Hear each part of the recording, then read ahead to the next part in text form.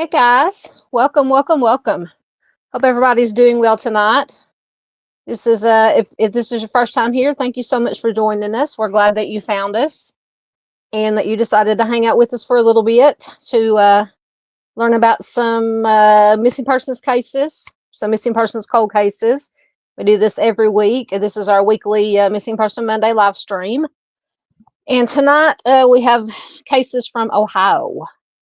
So we're on Ohio, so we're still making our way through the Midwest states. And then I think I'm going to put a poll up on my community wall about whether we want to do, when we get done with the Midwestern states, if we want to start on the East Coast or West Coast states, because I think that's all that's left. So I'll try to get that poll up, and please go vote for what East Coast or West Coast. We're going to do them all eventually, but I'll let you guys decide where we go next. So let me see who is in here. It's good to see everybody. I hope everybody had a good weekend. It was raining here yesterday, but that was good because all I did was lay in bed and watch football all day. So and I've got the game going over here tonight. Dallas and the Cowboys and the Bengals are playing. So I got that on in the background.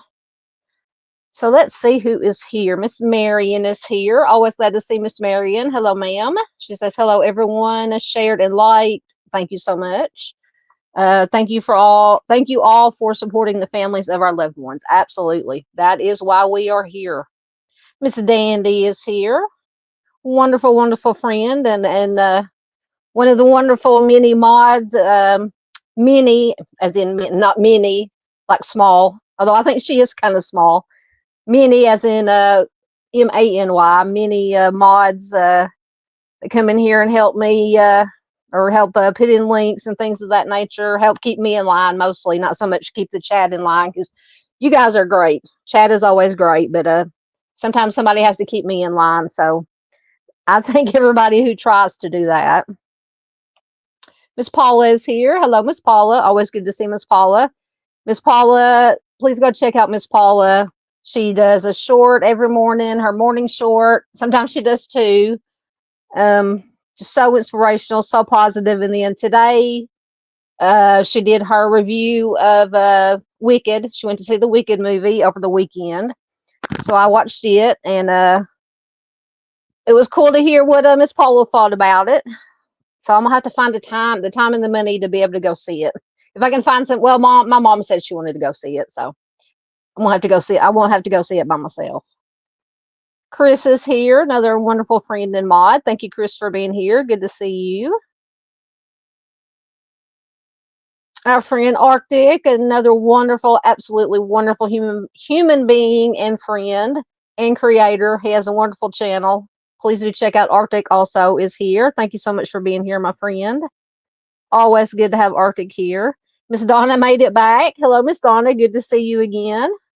Yes, please check out Miss Donna is on Facebook. Does lots of advocating in a lot of different groups. Missing and Not Forgotten is one of them. Missing and Murdered, Seeking the Truth. So please go check her out on Facebook. Miss Farr is here, and she has already gifted 5 memberships. Thank you so much, Miss Farr. You are an angel. So you know what's coming. Get ready for your moo cow. It's been a while since we had to bring the pasture out. Oh, let me find it. I almost lost the cow. It's here somewhere. There she is.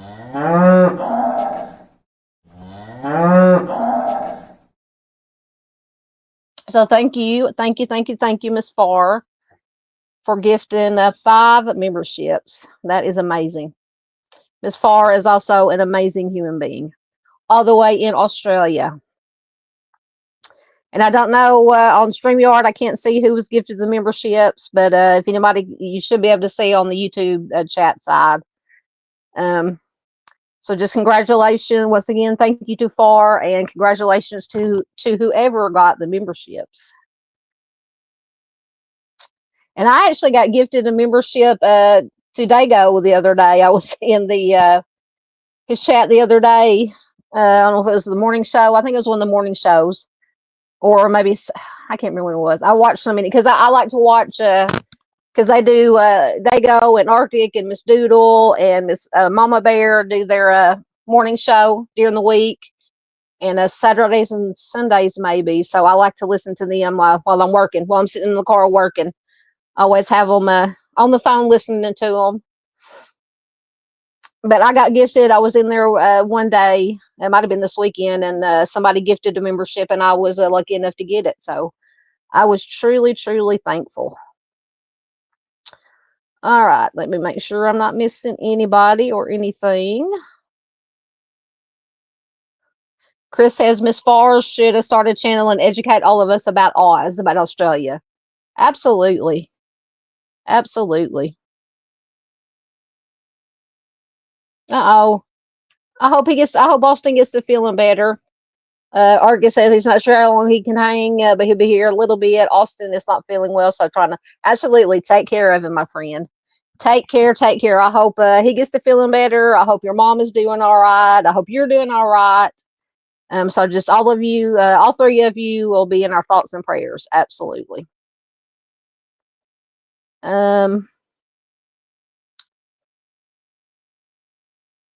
Absolutely. Sending love and light and everything to Arctic and Austin and Mama Arctic. That's what I'm gonna call her, Mama Arctic. Arctic. Yes. Farr is sending hugs. Absolutely. Yep, I am watching. I got it on over in the, like I said, over on the TV. I have it on mute, but right now Dallas is winning 10-7. So my brother, my middle brother, will be happy because the Cowboys are his team. So I don't know if he's working tonight or if he's off on Monday nights. So I'm sure if he's home, he's watching, or if he's at work, and he'll be watching on his phone. Miss Matahari is here. Thank you so much for being here, ma'am. Always good to have Miss Matahari here. And that reminds me, I haven't seen Miss Barbara yet. She may be busy, but Miss Marion is here. Please, in the description box, and I forgot to once again pin it to the chat. Somebody can throw the link in the, I was going to pin it to the top of the chat. somebody can put, yeah, everybody's, all the creator links in the chat.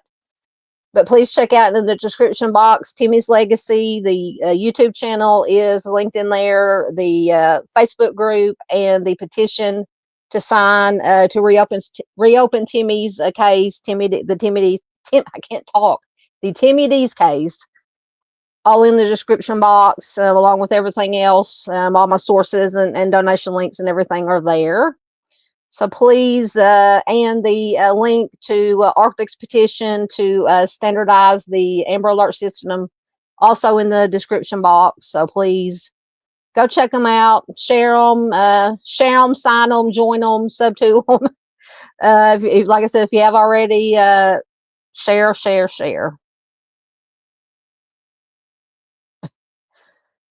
Arctic wants to go to Oz next. He says, I have a few people to ask the wizard to give brains to. I have to agree with you on that one, my friend. Absolutely. Absolutely. Welcome to everybody coming in. Yes, please hit the like button. Absolutely. Share the link out. We'll get some more people in here. Thank you, Arctic. He's got Miss Paula in there. Please do check out Miss Paula. She's my morning positive vibe fix. Whenever I get up and check on my notifications on Facebook, I always check out and see what Miss Paula has got. Yeah, I cannot lose the cow. Miss Farr says, love the cow, don't lose the cow. Yeah. Either don't lose the cow or don't loose the cow. Now, the cow is probably loose already, running around somewhere. And Mr. Arctic, I think you've been a member maybe more than 3 months. It seems longer than that. But thank you, Arctic, for being a member, for all your support. So, absolutely, Arctic gets his cow.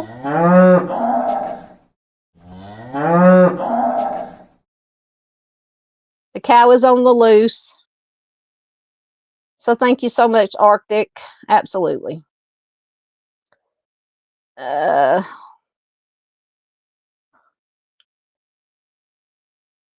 Oh, excellent. Miss Barbara, Timmy's Legacy channel. Arctic said, Miss Barbara will be live Wednesday and I'll be on panel with her. Please join us. Absolutely. I'm going to have to find a time. So if she would allow me to be on panel with her one night. But I will absolutely. Do you know what time it is? I know it's usually around 6 or 6:30 Central Time.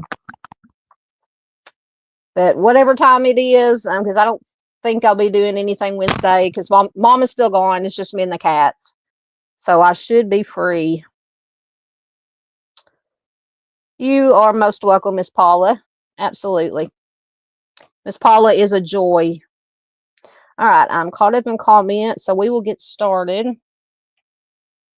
So like I said, we have Ohio tonight, and I think I have 6 cases that I found.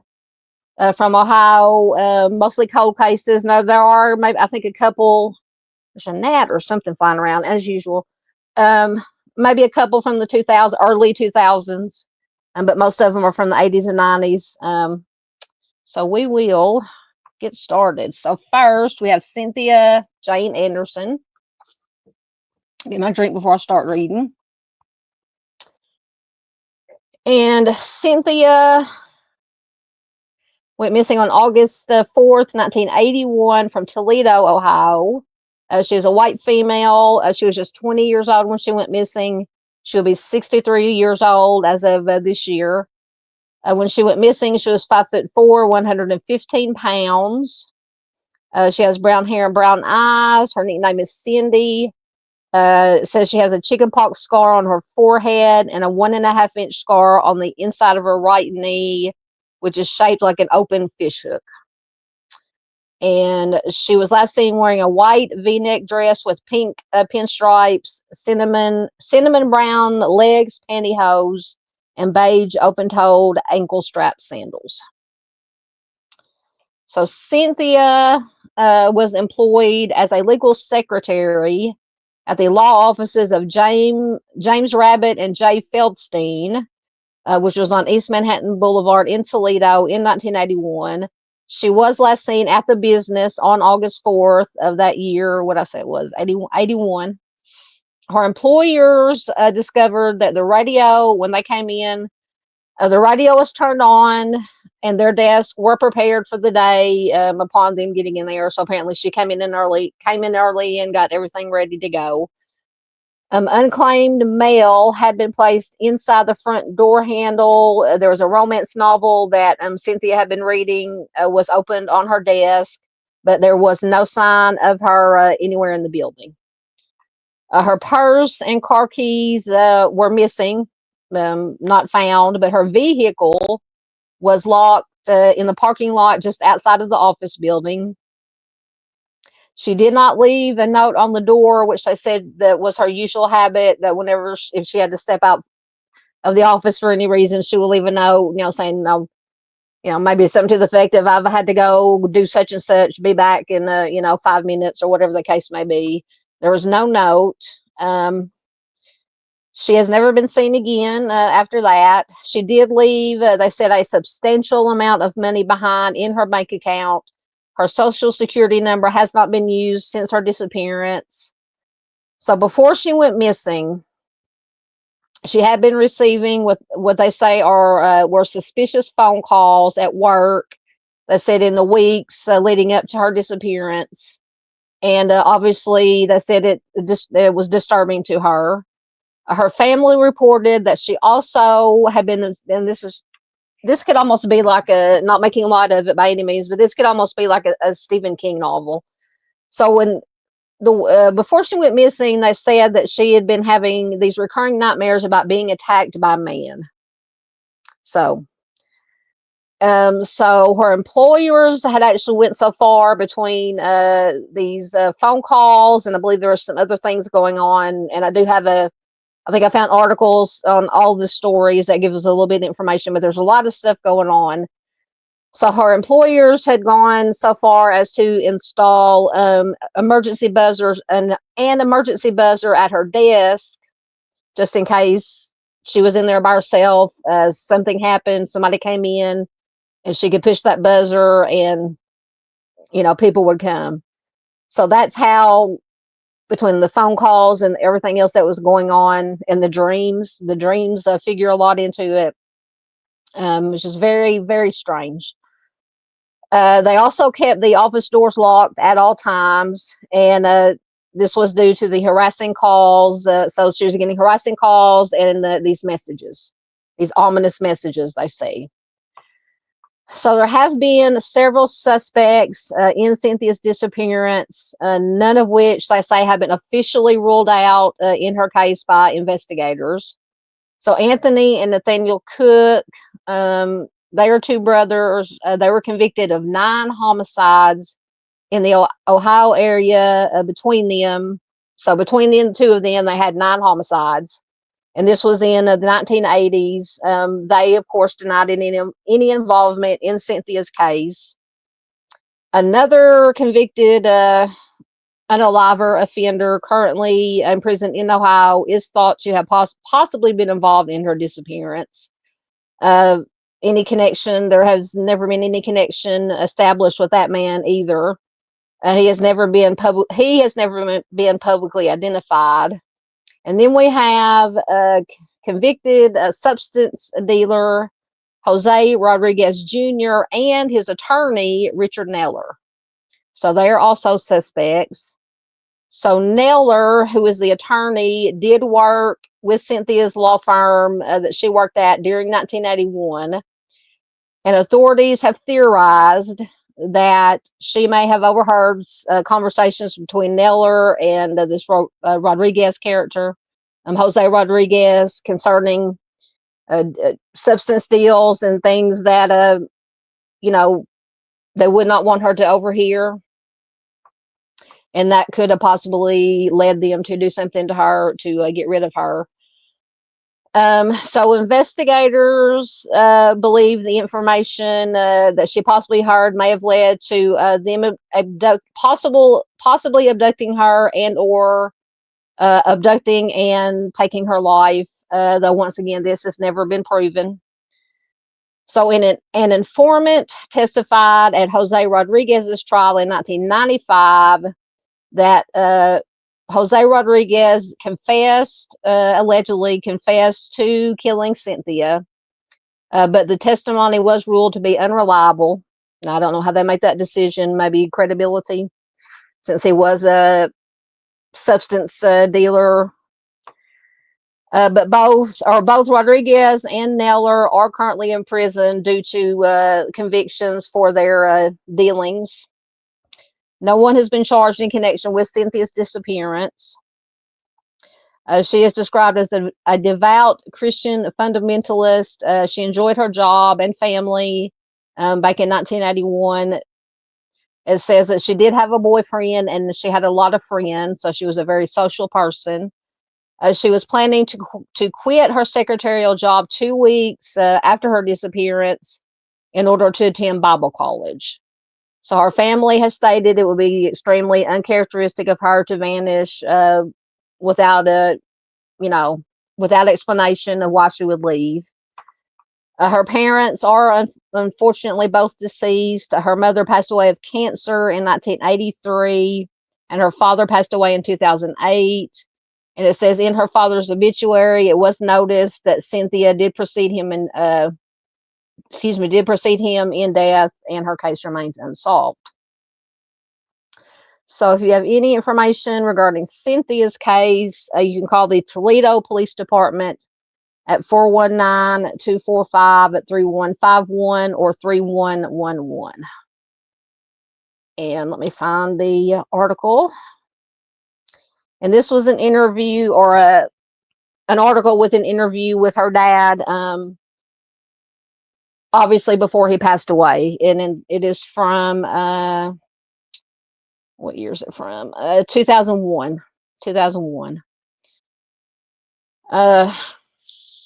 So it says, since she vanished 20 years ago from a law office where she worked, the smell of her nail polish remover lingering in the air, and the radio and air conditioner left on, Mr. Anderson, her father, has retired from his job. He's buried 2 wives, and he became a grandfather several times over. But he has never changed the phone number at his Bedford Township home, in part because Cynthia might call. So he won't change, would not change his phone number just in case, hope upon hope that she was alive and well somewhere and that she would call. So he says he imagines that, the phone will ring, he'll pick up the phone, he'll hear children in the background, he'll hear Cynthia say, hi, Dad, I've got kids, I'm sorry, I've had amnesia, how are you? So, I mean, reading this just breaks my heart, as always. He says, they tell me I'm crazy. Maybe I am, but what am I supposed to do? Give up? It seems like everyone else has. No, you never, ever, ever, ever give up. So as of when this article was written, it said it will be 20 years since Cynthia Anderson disappeared from a Manhattan Plaza office. Her fate remains one of Toledo's most intriguing mysteries. Her smiling face has appeared on flyers worldwide. Her case has been on national television, and hers is at this time, or at the time this article was written, the longest active Toledo Police Department missing persons case. And they say the files fill nearly an entire file cabinet drawer.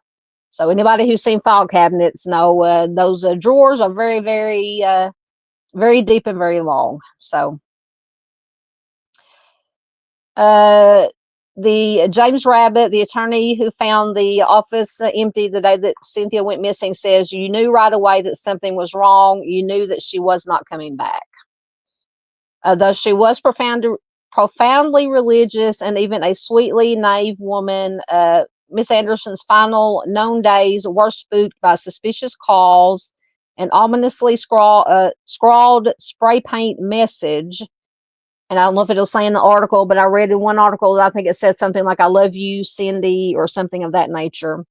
And then she was having these dreams, and that she was going to be attacked by a man. I mean, sorry, ads keep popping up. It was enough that the normally private woman had an emergency buzzer installed at her desk, and Mr. Rabbit instructed her to lock the office doors when she was alone. But in the end, apparently those precautions did not help, did no good. Cynthia disappeared without a trace. Nobody, no note, no sign of a struggle. Even hardened and usually skeptical investigators suspected deadly intentions from the beginning. Lieutenant Rick Reed, who was a street officer at the time, says, but he now oversees the Toledo Police Homicide Squad. He said this was a hard-working woman, a woman who went to church, came from a good family, had it all going for her, and then bam, she gets snatched up in broad daylight. She just vanished. So once again, it's one of those seemingly, even though we know it can't happen, just vanished into thin air. So on the day she went missing, they say it was a typically muggy afternoon, August 4th, 1981, when Mr. Rabbit and his partner, Jay Feldstein, arrived for work at their East Manhattan Boulevard law offices. The radio was playing. The desk had been readied for the day, which was all part of the routine that they had come to expect from their impeccably responsible but pleasant secretary.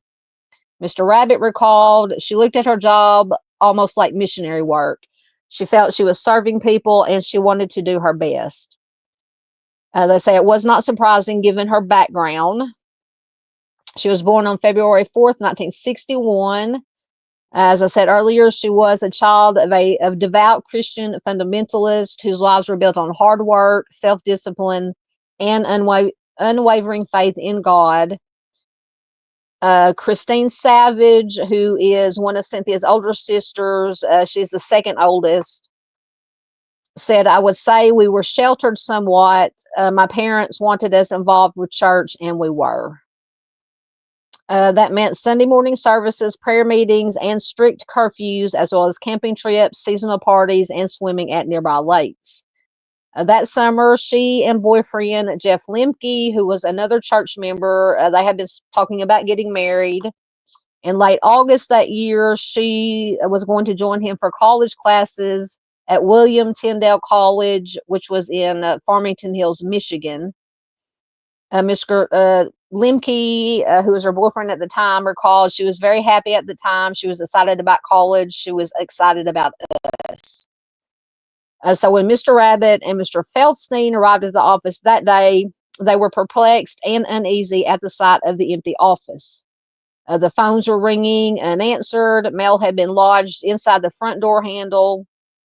Her purse and car keys were gone, but the car was outside. The doors were locked, apparently from the inside.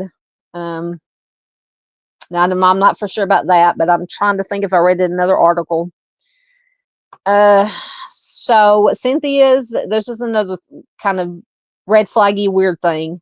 So Cynthia's romance novel that she was reading lay open, and ironically, they noticed it was to a page where the heroine is brutally attacked. So now that might account for the dreams, because I mean, I'm not a psychologist or a psychiatrist or anything, but I do know that when you dream at night, everything from your subconscious, anything, even if it's just a small little something that you may have seen or heard or something during your waking hours, works its way into your dreams. So to me, that kind of explains or it does explain, in my opinion, the dream she was having about being attacked. Because apparently in this novel that she was reading, the heroine is brutally attacked by a man. Just my opinion. Please, you guys, let me know in chat, or if you're watching replay, thank you, replay crew. Do leave a comment. So they called out her name, and they got no answer. Her sister remembers the call from the lawyers in the middle of the afternoon saying, have you heard from Cindy? And Cindy's sister says, I immediately felt my heart start pounding. At his job as an air conditioner repairman, Mr. Anderson, her father, received a similar call. He wrapped up his day's work. He rushed home to find vehicles, some of them police cars, circling his home. Inside, his wife, Margaret, was surrounded by friends and family. Prayer chains had been established, and the phone rang almost nonstop. Someone was talking of a reward fund, putting up missing persons flyers. and they said it was barely dinner time. So they were quick getting on this. So they say the years 1980 and 1981 were among Toledo's bloodiest. So Cynthia's fate never liked speculation about what happened. So once again, going back to these suspects, possible suspects, persons of interest, it said at least 2 serial offenders, which are the brothers Anthony and Nathaniel Cook. Those were the guys that had between them, they had 9 homicides. Once again, they denied any involvement with Cindy's case. But they still have never been ruled out as suspects. And apparently 3 weeks before Cindy vanished, Gloria Krause, who is a mother of 3 boys, disappeared while grocery shopping near her Point Place home, and she was found stabbed to death in a Michigan field. Once again, I always forget to put up my crawler with my trigger warning. There we go. Sorry, trigger warning. So though the Krause case never has been officially solved, police say they suspect an offender who is now serving time at Chillicothe Correctional Institute or Correctional Institution for 2 unrelated homicides. He too never has been ruled out as a suspect in Cindy's case either. I mean, another theory, a private detective later linked Cindy's disappearance to a message spray painted in enormous letters on a wall at the shopping center where she worked that said, "I love you, Cindy." The message was signed with the initials of a now deceased maintenance man who worked in the area. Now, I don't know if he worked at the actual office buildings where she worked at this law firm, but said he did work in the area. And then on the other hand, it could be completely unrelated and be, I know Cindy, especially back in the 80s, Cindy was a very popular name. So it could be totally unrelated. The closest police ever thought they were to closing Cindy's case occurred with the 1995 arrest of, once again, this dealer, Jose Rodriguez Jr., and his attorney, Richard Neller. So Mr. Neller did work with the law firm. We talked about that before, when Cindy disappeared. And federal prosecutors suggested that she was abducted and her life was taken after she overheard conversations about an ongoing substance conspiracy involving these 2 men. So we talked about, I guess, a little bit more information about this. Well, it says a jailhouse snitch, I guess it's the same guy we talked about earlier, testified that Rodriguez told him that he had taken the life of Cynthia with a 9mm firearm, but that was the evidence the judge later said was not reliable. Though both men were convicted on substance charges, neither one was convicted in Cindy's case or her disappearance. As with so many missing persons cases, police said Cindy's case generated too many theories and circumstances, but no tangible clues. So yeah, I don't remember reading in any of the articles I read of any kind of, there was no sign of struggle at the office or anywhere that I can remember reading. Once again, it's just like she just vanished. No sign of struggle at the car. So 20 years, it's been more than 20 years now. Cindy's face still haunts Bill Adams, who was the detective assigned to her file. For days, he worked the case nearly round the clock. On days off, he would search woods, ravines, and even sewer tunnels for clues. He did join the family on an episode of Unsolved Mysteries that featured Cindy's story. He said, I used to think of her every day, even after I retired. Even now, when they discover a body, I think maybe it's Cindy. For years, Detective Adams believed that he had solved the case, but in retrospect, he said we were never close. So apparently, whoever he thought the offender was turned out not to be the case. Miss Savage, who was Cindy's sister, one of Cindy's sisters, says she isn't sure that she wants to know. I'm assuming she doesn't want to know what happened, what may have happened to, or what did happen to Cindy. But she says she is not convinced. She isn't convinced that knowing the details would be any less terrible. So that is understandable.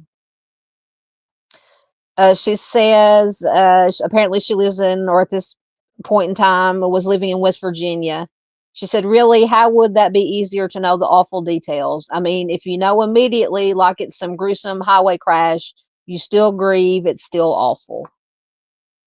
So her sister apparently married in the fall that year, and her younger sister, talking about Cindy, was noticeably absent as maid of honor. Once again, their mother passed away in 1983 and was buried on what would have been Cindy's birthday. Oh, that is horrible. It says there were births and deaths and Christmases and birthdays, all without Cindy.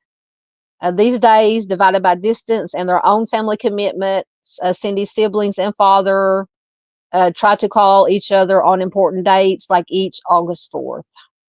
Mr. Anderson has refused to hold a memorial service or have his daughter declared legally deceased, even though such a move would release thousands of dollars in money that the family had tucked away for her college fund. Back in 2001, a $20,000 reward fund. There was a $20,000 reward. Mr. Anderson said, I haven't come to that point yet. I expect that phone to ring at any time, maybe this afternoon. So the article says, could she still be alive? Her sister says she took a deep breath and chose her words carefully. She said, quote, I guess I've accepted it now. I think most of us have. There are a lot of evil people in this world who will never be convicted for the things that they've done.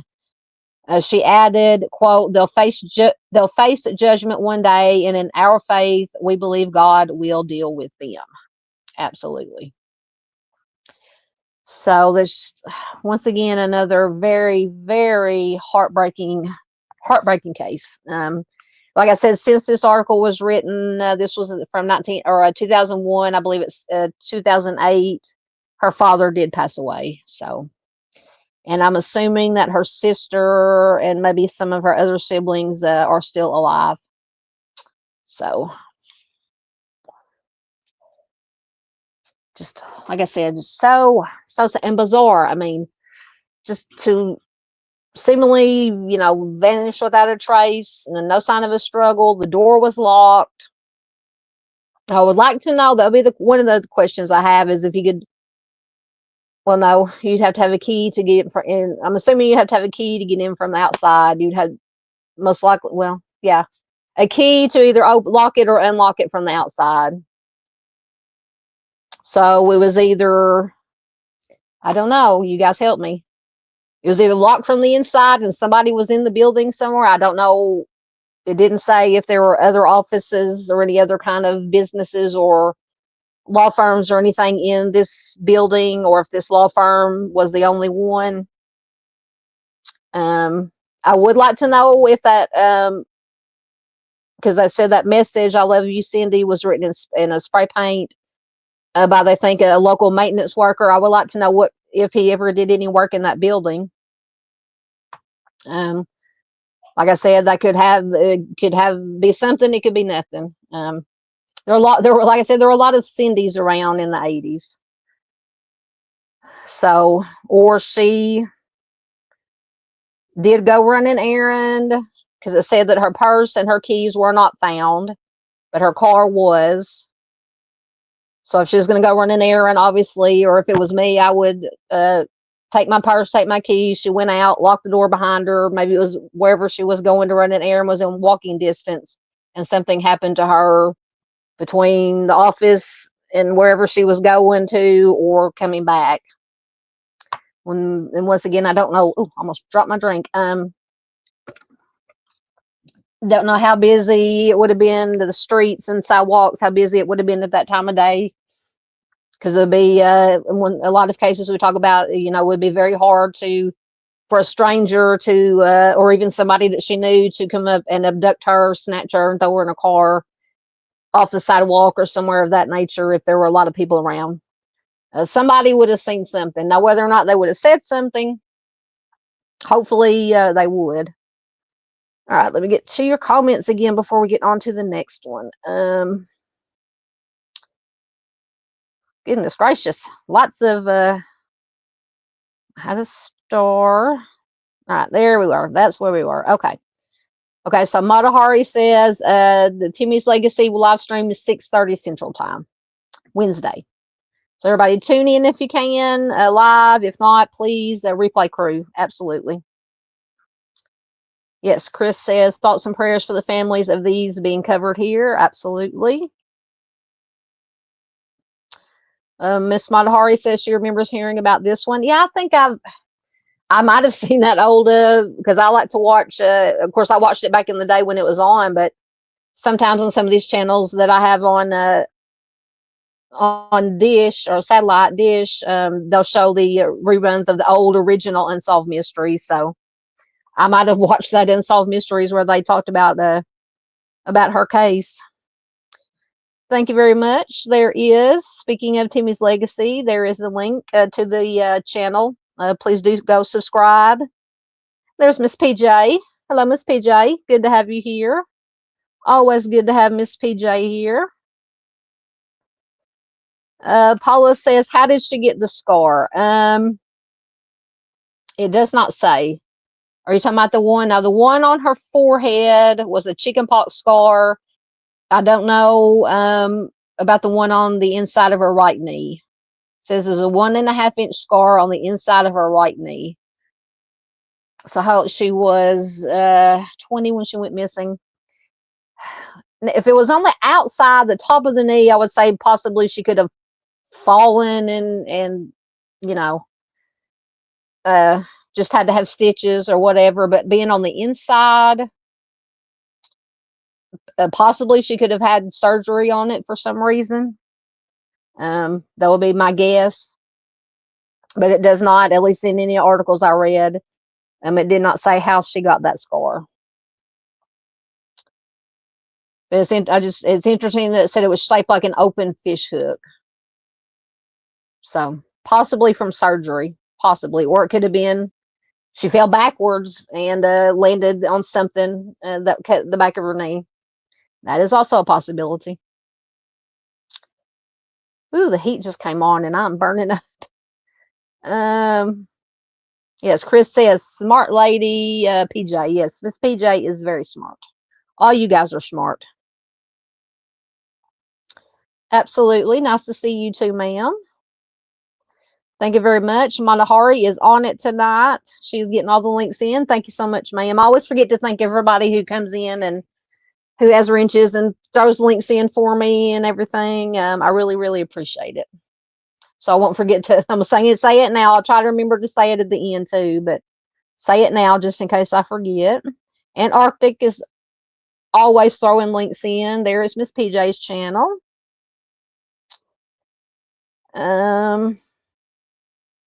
And there is Arctic's channel. You guys are awesome. Chris says he thinks John Wayne Gacy's crimes occurred in Ohio. I'm trying to think. For his in Ohio, I've got so many cases in my head that. Oh, Matahari says, oh yeah, Gacy was in Illinois, the Chicago area. Thank you, Matahari. I was fixing to look it up because I couldn't remember. Oh goodness. Arctic said, was Mr. Rabbit's first name Roger? I haven't watched that movie in so long, and I went to the movie theaters to see it when it came out. Was it Who Framed Roger Rabbit? Went to the theater to see it. I may have, and whatever year it came, I can't even remember what year it came out. Was it late 80s, early 90s? Trying to think if I was still in school or not, and I graduated in 89. I would say middle to late 80s, I think it came out, but yeah.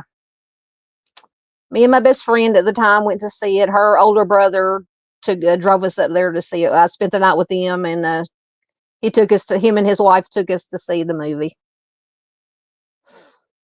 Oh, Matahari was oh goodness. Now we got Matahari and Arctic thinking on the same wavelength. That's kind of scary. Matahari says she takes meds not to dream.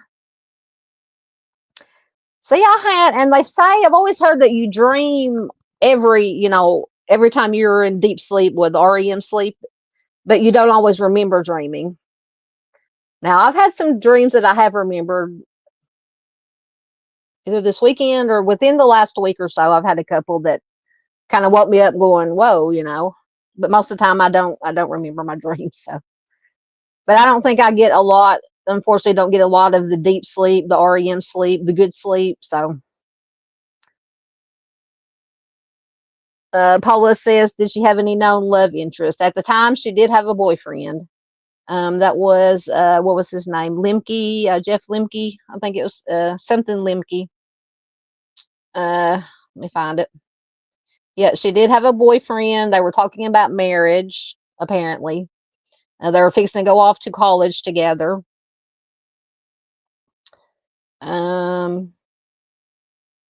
Jeff Lemke was her boyfriend's name at the time.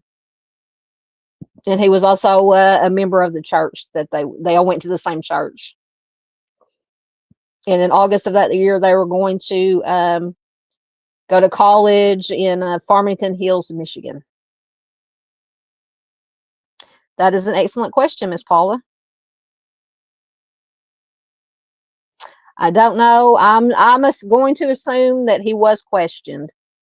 If the police, 99% of police do their job. Of course, we know that every once in a while things happen, but I'm assuming they talked to all her family, friends, boyfriends, people she worked with. I'm assuming they questioned everybody, because then this article never, or none of her family members or her boyfriend were ever mentioned as being possible suspects or persons of interest.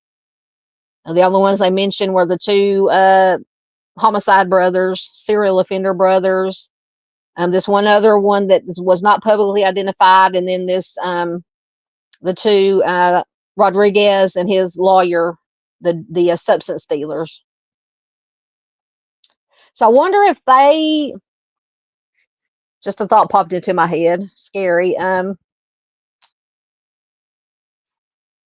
Possibly, I don't know. Out of those three that they named, the two brothers that went on, the serial offender brothers, the other unnamed, I don't know if it was a serial offender or not, and then the drug dealer and his lawyer. To me, I would probably look hardest at the substance dealer and his lawyer, because I said that lawyer did work at that firm. She could possibly, the theory was that she possibly could have overheard conversations that she wasn't supposed to hear. They could have easily, since the lawyer worked there, come up. I don't know if he would have had his own key. If not, she would have assuming she would have let him in because she knew him. Possible that morning before everybody else got there, he could have come in, or both of them could have come in, and they either had a key to get in, or she let them in, and the rest is history. Another possibility, just possibilities. But I think that of the three named, that is what I would, in my opinion, that's what I would look the closest at. But yeah. Also, I would like to know that, because Artis says, "Oh Lord, a maintenance man enters the case." Yeah. What are the odds? He says, "I've seen a lot of shady maintenance men involved in disappearances." See, I would like to know. That's why I said earlier, I would like to know if it was this maintenance man that wrote, the "I love Cindy" message, and it was about this Cynthia. Did he ever do maintenance at that building so that they would have had contact with each other? But they did say he worked in the area, so it's possible, once again, that even if he hadn't worked in the building, they could have just run into each other in the neighborhood, or in that, wherever the building was. So yeah, I would look at I would probably look at the shady maintenance man also. There's our friend JP, John Paul Hansen. Hello, sir. Good to have you here. Oh, Lance is here too. I hope I didn't miss any early comments. Hello, Lance. Good to have you here from Canada. Good to see you, my friend. Absolutely. Arctic is on the ball. There's JP's channel link. Absolutely, Miss Paula. Always good to ask questions. Absolutely. The more questions we ask, the more that we can get our brains working together, you know, because a question that somebody might ask might get somebody else thinking, you know, usually it's me thinking, I never thought about that, you know. So always good to ask questions, practice our critical thinking skills. Yep, absolutely sad, sad and heartbreaking. Oh, I must not have seen that yet. Arctic says, good job on Sandra Crispo. PJ, I just shared it out. I will have to get over there when this is over and check it out. Miss PJ, lighting the way home, does excellent work. Lance says, sad truth, in many cases, families pass away before these things get solved, if ever. I know. Absolutely, especially because this case is, help me do math, it happened in 81. So 43 years, 42, 43 years. Something, I'm trying to do my math because she was 20 when she went missing. She'll be 63. So 42, 43 years. Mm. Yep. Lance says, my mom's case is still unsolved, and I have lost my little brother, my big sister, and my wife already without them getting to see justice. Thoughts, prayers, and good vibes. I will so wish you could talk about, because I think you've told me, because I think I asked you if you would ever want to come on here and talk about your mom's case, or I think you said something you couldn't talk about it or something. But if that ever changes, you are more than welcome to come on here and tell us about your mom's case. Or I could just look it up, or look it up and do a video. That way you wouldn't get in trouble. Absolutely, sending prayers to Lance. Absolutely.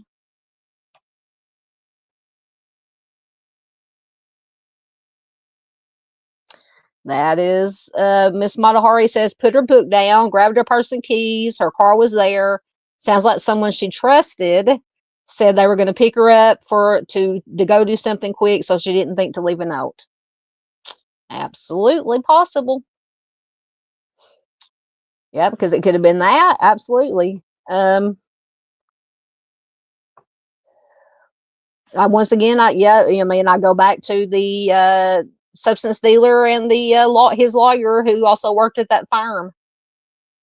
One or both of them, like I said earlier, could have come in and said, hey, we need you to go with us to do this, take care of this, because she was like a legal secretary or secretary. And she was never seen again. Absolutely. Or somebody else that she knew. Yep. Miss Matahari is a smart lady. Oh, oh yeah. Don't let me forget. I will give you a wrench. Yep. I will give you your wrench. I have to go over to the hold on. Time out real quick. Okay, let me see if I can minimize this without shutting everything down. If I can get YouTube to come up really fast. Oh, I'm not going to say it because it'll go haywire if I say anything. Let me go over real quickly and remedy that, and then we'll get on to the next. Oh, come on. There we go. Takes a minute with my farm signal. I'm going to have to feed the cows more to get them, or the squirrels, whatever critters. We have all kinds of critters out here. No, that's not what I'm looking for. Okay. Go to live. 1 second, still working.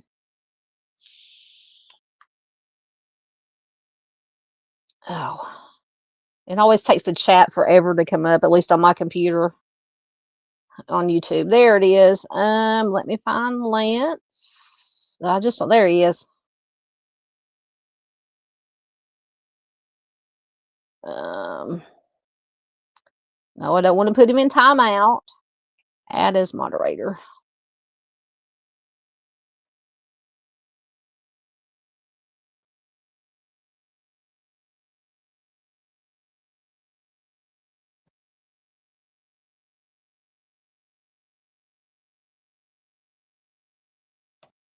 Okay.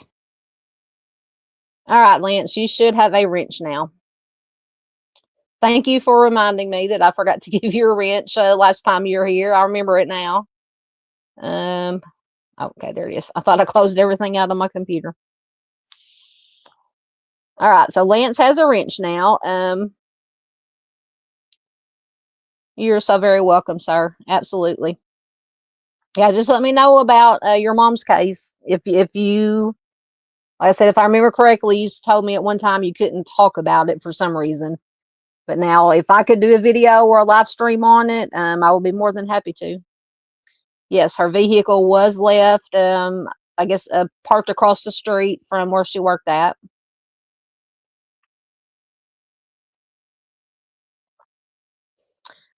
Possible, but I think this happened. This happened in the morning, before the or whatever time is before they bought the I guess her bosses, the lawyers got there, because it said when the two lawyers, Feldstein and the Mr. Rabbit or Roger Rabbit, got there, that she was not there, but she had been there, because they said the desks were ready and everything, things of that nature. So it was in the morning or whatever time they opened.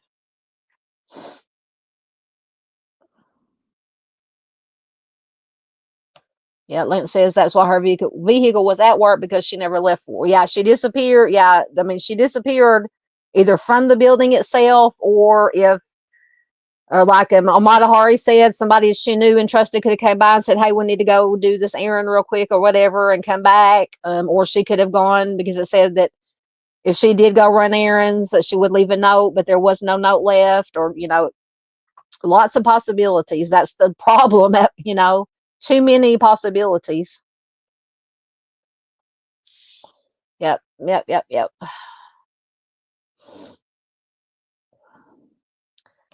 Chris says, I'm wondering if Toledo has any other cases that are like this. Apparently, at that time, there was, because let me go back to her Charlie Project information.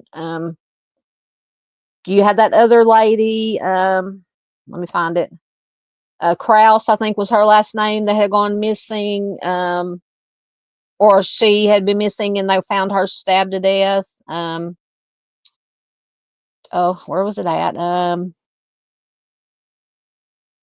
Might have been in an article. Well, now I can't find it. It might have been on the article. Yeah, they had the other lady that was missing. They had these two serial offender brothers that were running around at that time in the area. They had nine victims between them. And at any given time, would be scary actually if we knew actually how many serial offenders, serial predators were operating at any given moment that we do not know about. So it's totally possible that there was some more than one serial offender, serial predator out there. Lance says he feels it is a coworker. Could be. Trying to think if they mentioned any other. So she was the secretary. There was two lawyers. Well, I guess technically three. Mr. Feldstein, Mr. Rabbit, and then this Felder or Nelder, who was the lawyer for the substance, Mr. Rodriguez. And see, I also mentioned earlier that I wanted to know if there were any other, if this was the kind of building, you know what I'm saying, that had more than one business or office in it, or if that part of the building was just that the law firm was the only thing that was there. But even if it was like one of those like strip malls, or just on I'm trying to explain. I don't know. I'm not what I'm trying to say. I can't say it. Anybody in any other businesses or whatever may have been on either side. I don't know if it was a standalone building or connected, a connected block. It could be anybody in that area.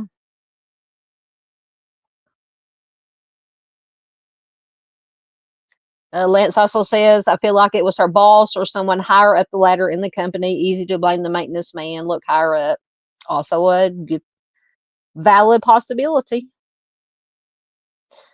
Miss PJ says Sandra's case is interesting. Oh yes, I'm gonna have to watch that video. I think that name sounds familiar. So I may have come across it reading just a little bit about it at some point. Okay, yeah. So Lance talking about his mom's case. He can't talk about it because there was a media ban. But I still don't understand about the media ban. But then in Canada, you said you can't even, when I put links up, I think on my page on Facebook, you couldn't even click on the links to read any articles. So I guess it's a Canada thing. I don't know. And Miss Paula says, or a stalker, possibly. Possibly. Chris says on Cynthia's case, he leans toward the boyfriend or someone who was suspicious of her happiness. Absolutely possible. Matahari says, I'm with Lance on this one. Sounds like someone she worked with. Lance says that he feels like, I feel like this woman left with someone she trusted from her workplace and did not come back. Yep. Absolutely. Absolutely. Miss Matahari agrees. Yes. You got your wrench. You got your wrench, Lance. Oh, do you? Okay, I'll give Lance a moo cow since I gave him a wrench.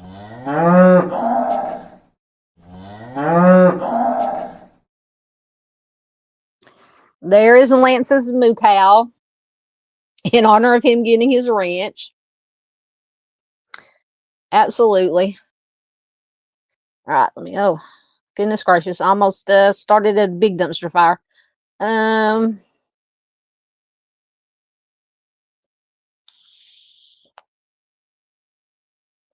Hello, Miranda. Hi, Miranda. Good to see you. I hope you're feeling well, my dear. I think you said you were finally feeling better, not in the hospital at this moment. I hope you're doing well.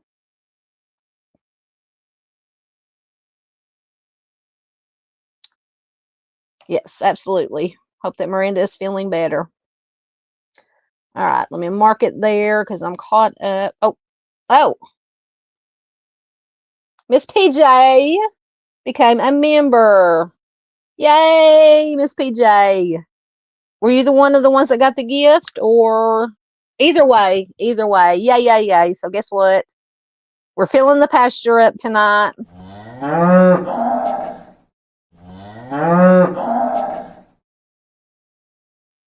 Thank you, Miss PJ.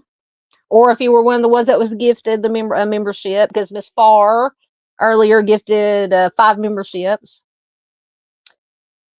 So welcome, Miss PJ. Oh, there we go. Oh, you don't know how bad I want s'mores. Yes, this time of year, absolutely. During the fall, now that it's finally cooling off here in my part of Arkansas, yes.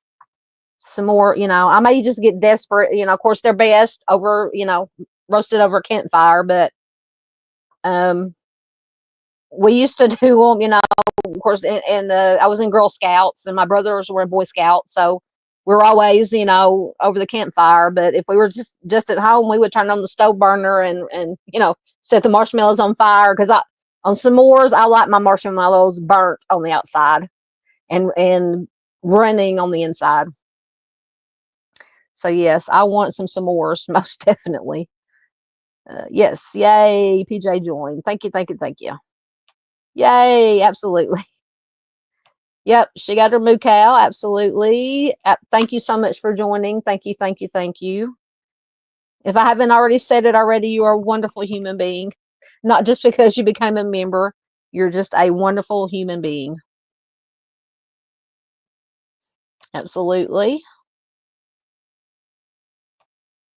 Oh, Lance has got his angel angel on there.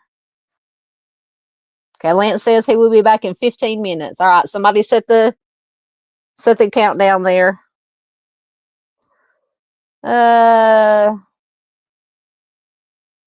Chris says Lance is a very trustworthy gent. Oh, I have no doubt about that.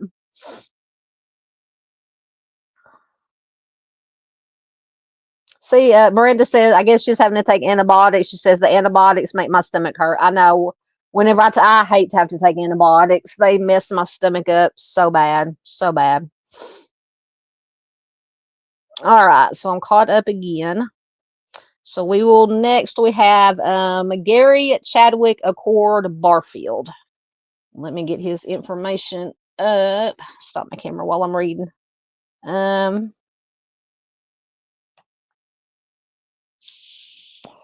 So Gary went missing on May 12th, 2016. So his is one of the, if you want to call it newer, less old cases.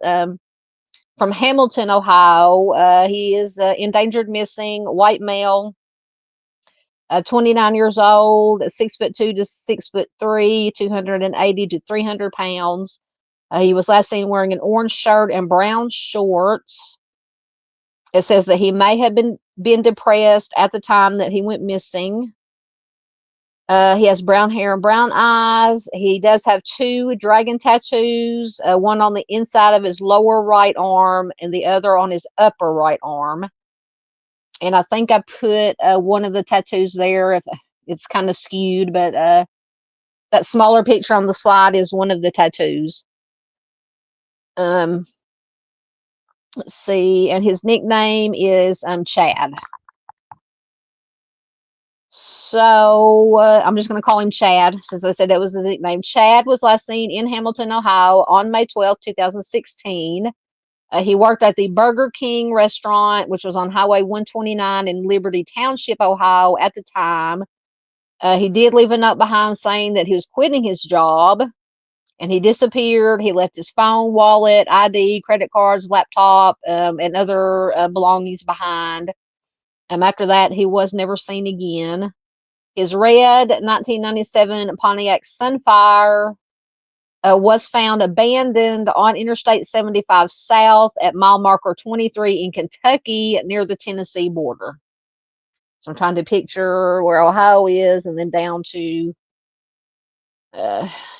Tennessee and Kentucky.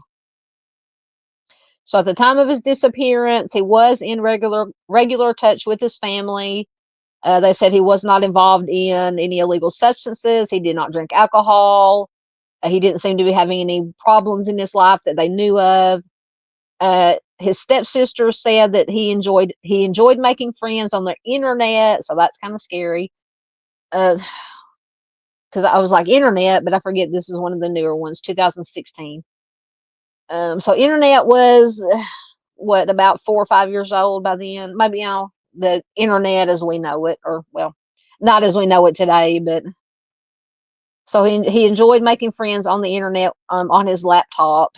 And his case remains unsolved. So if you have any information regarding Chad's case, call the Hamilton Police Department at 513-868-5811. Let me see what kind of article I had on him. All right. So this, I believe, is just a short article with his family. It's from 2020. The family of a missing Hamilton man is still waiting for answers 4 years after his death. According to the Ohio Attorney General's office, Gary Chad Barfield disappeared on May 12, 2016. The office's website says, like we said earlier, he left a note at his workplace that he was quitting his job before he vanished. Fox 19 spoke with his stepsister, Lisa Wick, who says that he was working at the Burger King in Liberty Township. And she also said that she does not know why he quit his job. She says, it hurts. I'm not going to lie. It tears me apart. Absolutely. According to authorities, Chad left all his personal belongings at home. His car was later found in Kentucky near the Tennessee border. Once again, he left behind his laptop, wallet, credit cards, ID, everything. Wick, who is his, what did I say, stepsister? Yeah, stepsister, says his disappearance is doubly shocking because she would talk to him almost every day. She says that's the point, the shocking part, he was not having any problems. Wick Wick could not think of anyone who would want to hurt her stepbrother. She says he would come home from work and sit on his laptop because he often made friends online. So possibly, obviously, hopefully they looked into who he was talking to online. And once again, she says he didn't drink, he didn't do any kind of substances, nothing. He didn't even smoke cigarettes, no alcohol. She says he was a loving person that would go out of his way to give you the shirt off his back. While many of Wick's family members think that Chad is deceased, she is holding on to hope that he is still alive. She says, I feel like he's out there somewhere. We just don't know where. I love him, and I just want him to let us know that he is okay. So he was once again, he was last seen wearing an orange shirt, brown shorts. He was 6'3", about 200 to 280 pounds. Or I think it said 250 to 280, or 280 to 300 pounds. Brown hair and brown eyes with the 2 dragon tattoos on his right arm.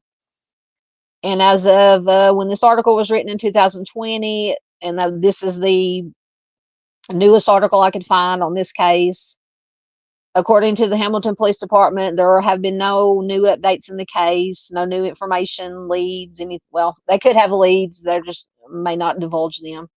So once again, if you have any information, you're urged to call the Hamilton PD at 513-868-5811. All right, I think that was the only article. Let me make sure. Yeah, that was the only article I had on him. All right. Let me get back into your comments. Oh, Arctic said his gummies are hitting. I'll be listening from the shadows. Thank you, my friend. I hope, like I said, thoughts and prayers to Austin. I hope he gets to feeling better. I hope you get to feeling better. I hope your mom is doing well. I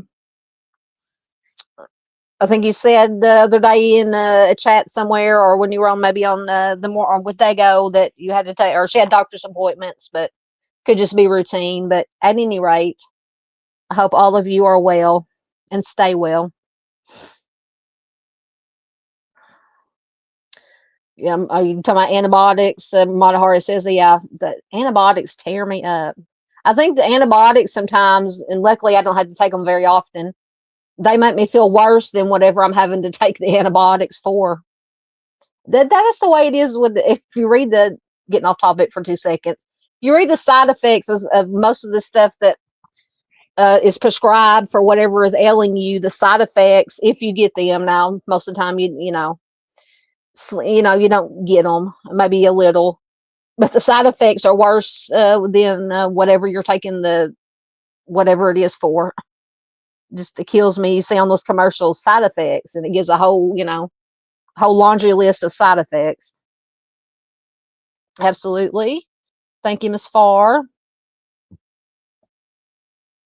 Sorry. I had some pasta tonight for supper, and it's another thing. I guess I'm old now, so everything I eat, I can drink water and get indigestion. Oh goodness.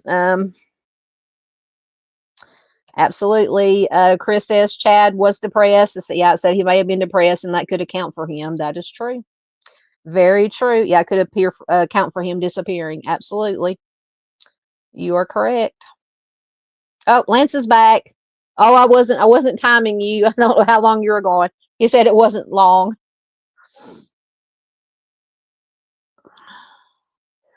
Lance says, did he have a girlfriend, or do you think there's a chance that he met someone he met online? Answers on his computer. Yeah, that's what I think too. Now this is once again just my opinion or thoughts, possibilities, that he could have met somebody online, possibly a girl or a woman, because he was 20, almost 30 years old, 29 years old, met a woman, or a man, either one, whatever, met somebody online that says, hey, quit your job, come, I'll take care of you, we'll be together, whatever, and he left, and either he left of his own accord, he just doesn't want it, you know, to get in touch with his family, or whoever he met on possibly could have met online, had nefarious intentions. Let's hope that's not the case. Let's hope he is alive and well somewhere. But absolutely, that's my number one on my list is, yeah, somebody he met online. And Miss Paula says, are they sure about the no alcohol? Well, you can never be 100% sure. I mean, he was of legal age, most definitely 29 years old. You know, and I know there are people out there who do not drink, have never drank a lick of alcohol in their life. Some may have tried it, some drink, you know, there's different levels. It's possible he could have had a drink or two. You know, it's all relative, you know. But that is a good question. Oh my goodness, Lance. Gosh, I wish you could come on and talk about this stuff. If you would like to talk about it. Lance says, I literally refuse to meet anyone I met online, as my little brother his life was taken by a woman he met online. Oh my goodness. It is a trust issue for me. Absolutely. I remember one time I did go meet somebody that I had met, and this was back in the 90s. It was after I graduated, probably early to middle 90s. I did go to meet somebody that I had talked to online, but I did not go by myself. My brother and his girlfriend at the time, we all went together, or, you know, they went with me, and we went to Hot Springs, and so I would definitely not have went alone. Needless to say, I think that was the only time I ever met him, and I think I didn't really talk to him a whole lot after I met him, because as a lot of cases are, when you meet somebody in person that you've been talking to online, a lot of times they don't turn out to be the way that that they are online, sitting behind the keyboard. But there are cases that do work out. You know, people meet online, or, you know, start talking online, meet in person, get married, and live happily ever after. So, you know, it's just like any aspect of life or relationships. Yeah, Miranda says, I've met people in person from the true crime community, and I'm friends with them now. Absolutely. Absolutely. Yeah, lots of things are bad for your kidneys. Absolutely. Yep. I'm sorry you had kidney failure. Oh my goodness, you are killing me. Thoughts and prayers and good vibes to everybody, always. Always.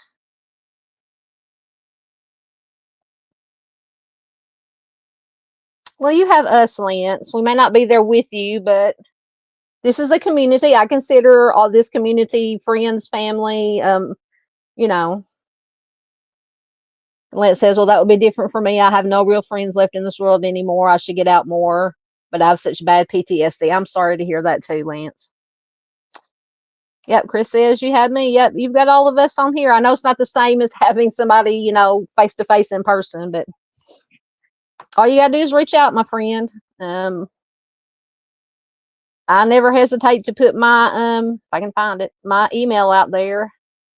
Anybody ever needs to, if you don't do Facebook, if you do Facebook, you can always message me on Facebook Messenger. If you don't do Facebook, there's my email. Contact me about anything. Most definitely. And that goes for anybody.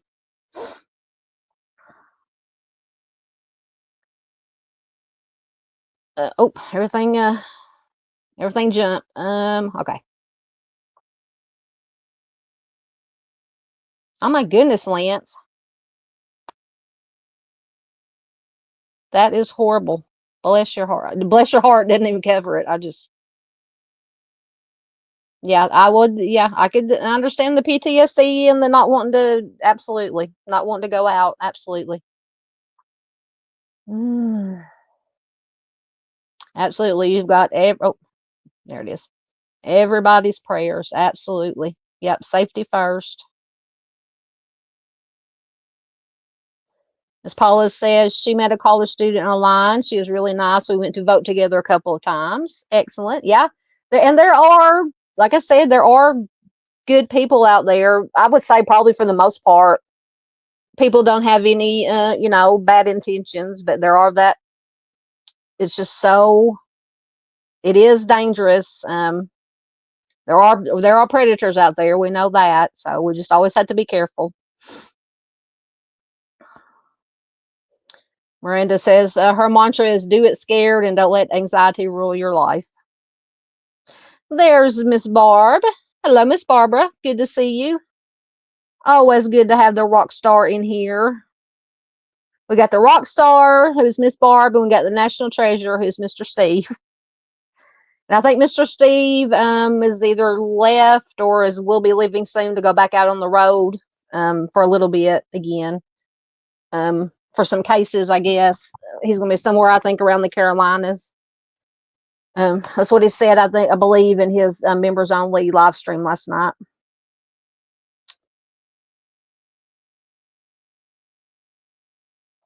Are you talking about our Chris here? She says Chris is a good friend. Absolutely. We still want to hear about those stories. You're going to have to do, maybe that's what you can do. You can have me on one time if you just want to lighten it up do a light live stream and have me come on and you can tell me, we'll talk about your dating site stories. I still want to hear those. Yeah, she says, I got my stories about dating sites, never, ever, ever again. Yeah. Oh, it is. You absolutely, unfortunately, in this world, Lance says it's not that I am scared, it's that I play it safe. Unfortunately, in this world, we all have to play it safe. That's just, unfortunately, the way the world is. Like I said, we can't live in, and I have to tell myself this all the time, because I don't, if I had it my way, I would never leave the house. I mean, I would have my groceries delivered just like I deliver groceries to people now. I would have a Walmart deliver me my groceries and things that I needed. And I don't get out and do a whole lot anyway. I mean, not like in younger days when we were, going out to concerts or, to the bar every once in a while or whatever. We were young adults. But as I got older, I find that I don't like a whole lot of people anymore. It's like you always hear people say, I don't like people anymore, or I don't like to people anymore. That's the way I'm getting. And then in the back of your mind, if I'm I think I was talking about this in a chat, some chat that I was in somewhere, that if I'm in a big crowd anymore, like at a concert or, anywhere, there's a lot of people, I'm always hyper vigilant, just looking around to see, just in case. You have to be aware. And it's sad that we have to live like that, or, well, I guess we have to. You choose to, I guess, It is always wise just to be aware of your surroundings at all times.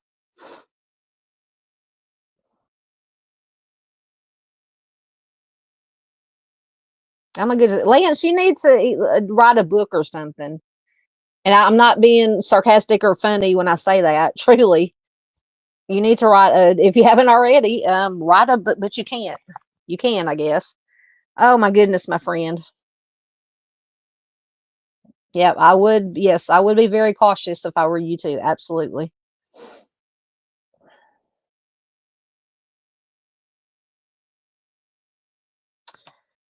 Yeah, Monahari says I have PTSD too. It's very easy to stay home and not face the world. I fight it every time. Yeah. See, I don't have PTSD, and I know I have anxiety, but I know that's nothing like PTSD to any. That anxiety is just like a drop in the ocean to PTSD. But that's a lot too of why I don't like to go out in big crowds. Just, I mean, But. Mm-mm-mm. Absolutely. None of us are ever alone. We have each other. Absolutely. Yes, there's never ever any shame here. This has always been, will always will be a safe place to Express your opinions. We may not always agree on everything. That's fine, but everybody's adults here. You never have to be afraid of being, or anybody shaming you for anything. I do not allow that. Absolutely not.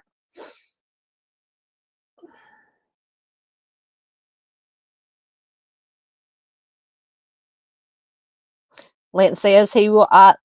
I'm truly, truly. I hope you do. If you do, I will definitely buy a copy of it. Most definitely, it is planned. Paula says she likes books. Oh, I do too. I love to read. I love to read. Love to read. And I can't read because, once again, in another chat, we're talking about reading. Somebody's talking about, it was Mr. Steve was talking about a couple of weeks ago that he was finishing moving stuff from Georgia to Florida. And he said, I think he lifted about 800 pounds of Mrs. Steve's books to take down to Florida. And somebody said, just get a Kindle. And somebody said, it's not the same as reading just a good old-fashioned book you can hold in your hand and turn the page. That's the way I am. Every once in a while, which I don't have a Kindle or anything, but when my sister-in-law was alive, she had a Kindle, and sometimes I would read off of hers. But yeah, I want that book. And my room I have stacks and stacks, boxes of books in my room too.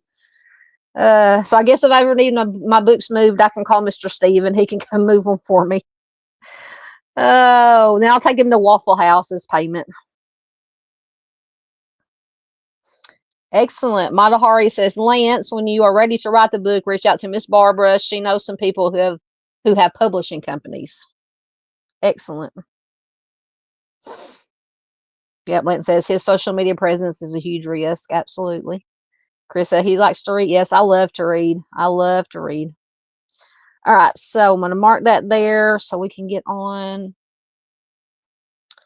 Oh, everything's jumping. Okay. So next we have Lori Ann Boffman. Oh, Lance says the book is coming. Excellent.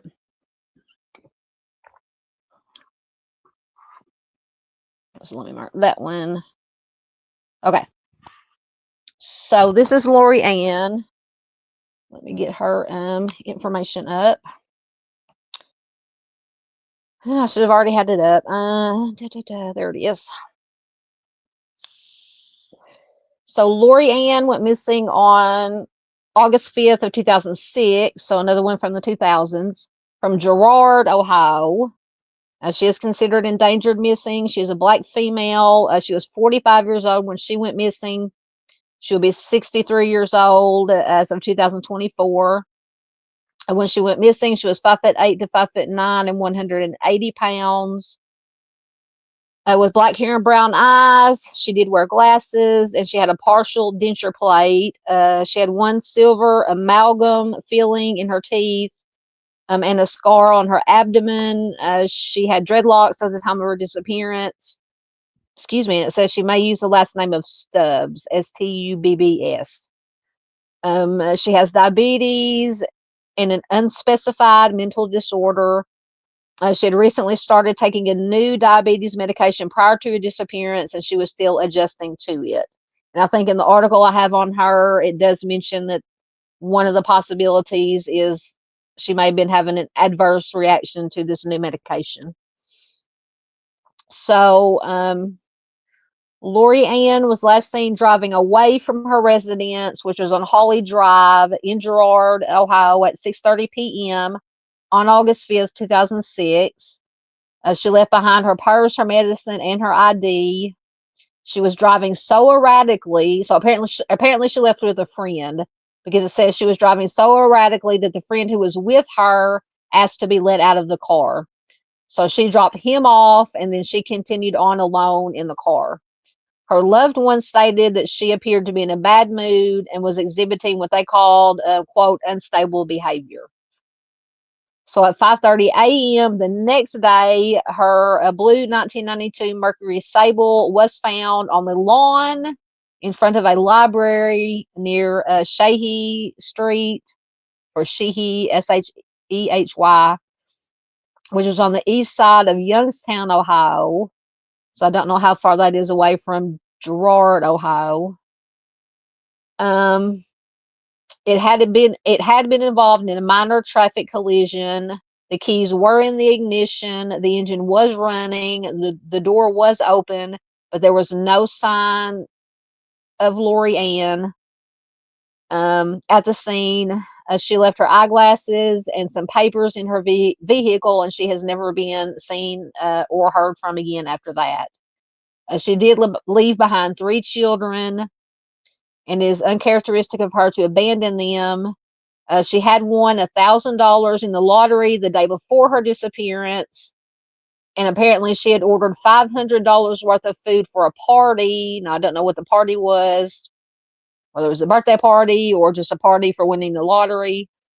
But she never came back to pay for the food or pick it up.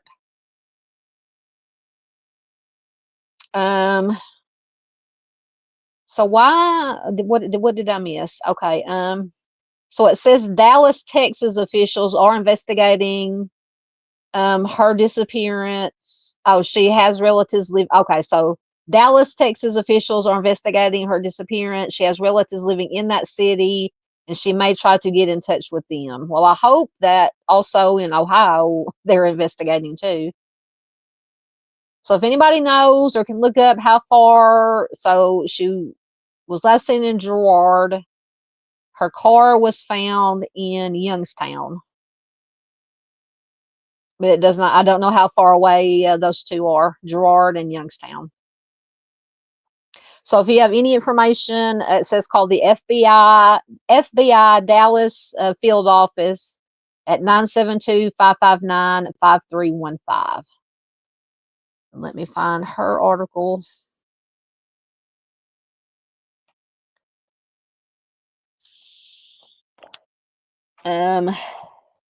So this article is from 2009. This is the family of a Liberty woman who has been missing for 3 years wants closure. Lori Boffman was last seen on August 5th, 2006. Sorry if you heard me slurping on my drink. She went out for a drive and she did not return. Her car was found the next day near Sheehy Street in Youngstown, still running. Leslie Womack, who it just says is a relative of hers, said the disappearance has been hardest on her 3 children. I just cannot imagine those poor kids. And it didn't say how old they were when she disappeared. Womack says it's been a long, hard road with her children trying to stay in school, keep their grades up. So apparently they were younger, still in school, at school age at least. Keep their grades up, move on with their life, not knowing what happened to their mother or where she is. Her Lori Ann's daughter, Raquel, so apparently she was old enough to remember, said that her mother had been acting strangely the last time she saw her at a cookout, which was in Mill Creek Park. So maybe that's what she had ordered the food for. Raquel, her daughter, says, I don't know what she was going through, but she was not normal that day. She was crying that she didn't have anyone to take care of anymore. It says little information has surfaced about what may have happened to Lori Ann, and family members believe it may have had something to do with a bad reaction to a new medication that she had been taking for her diabetes. I need to ask my brother, because my brother, I have my middle brother, Echoes, that comes in here sometimes. He's a type 1 juvenile diabetic, and now I know if his blood sugar, obviously if it goes high or low, you can definitely tell, but I don't know if he ever had any. He's always had to take shots, so I don't know if he would, what kind of medication. But once again, anyone with any knowledge of Lori Ann's whereabouts is asked to call the FBI or the Liberty Police Department. I think that was all I had on that. Yeah. All right. So let me get back.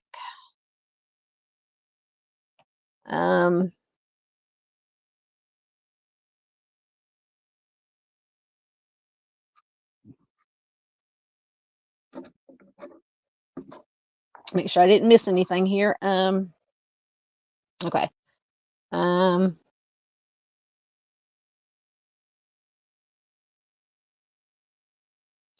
Chris, I don't know which case you're talking. Are you talking about the one before Gary's or Chad's?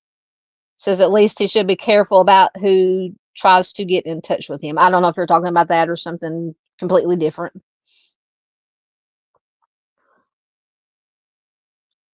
Oh, Miranda wants to know the title of Lance's book. Um, Lance says he's undecided as of right now on the title. No, they found her car. Oh, go back to Lorianne. They found her car in what I say, Youngstown, Ohio. She went missing from Girard. They found her car in Youngstown, Ohio, in the what I say, in the yard of a library, and it said it looked like it had been in a collision of some sort, and the keys were in it. It was running there, but there was no sign of Lori, just the car. Lance says he feels water. Are you talking about Lori's case? All right, Miss Matahari, thank you so much. Thank you for everything you do, honey.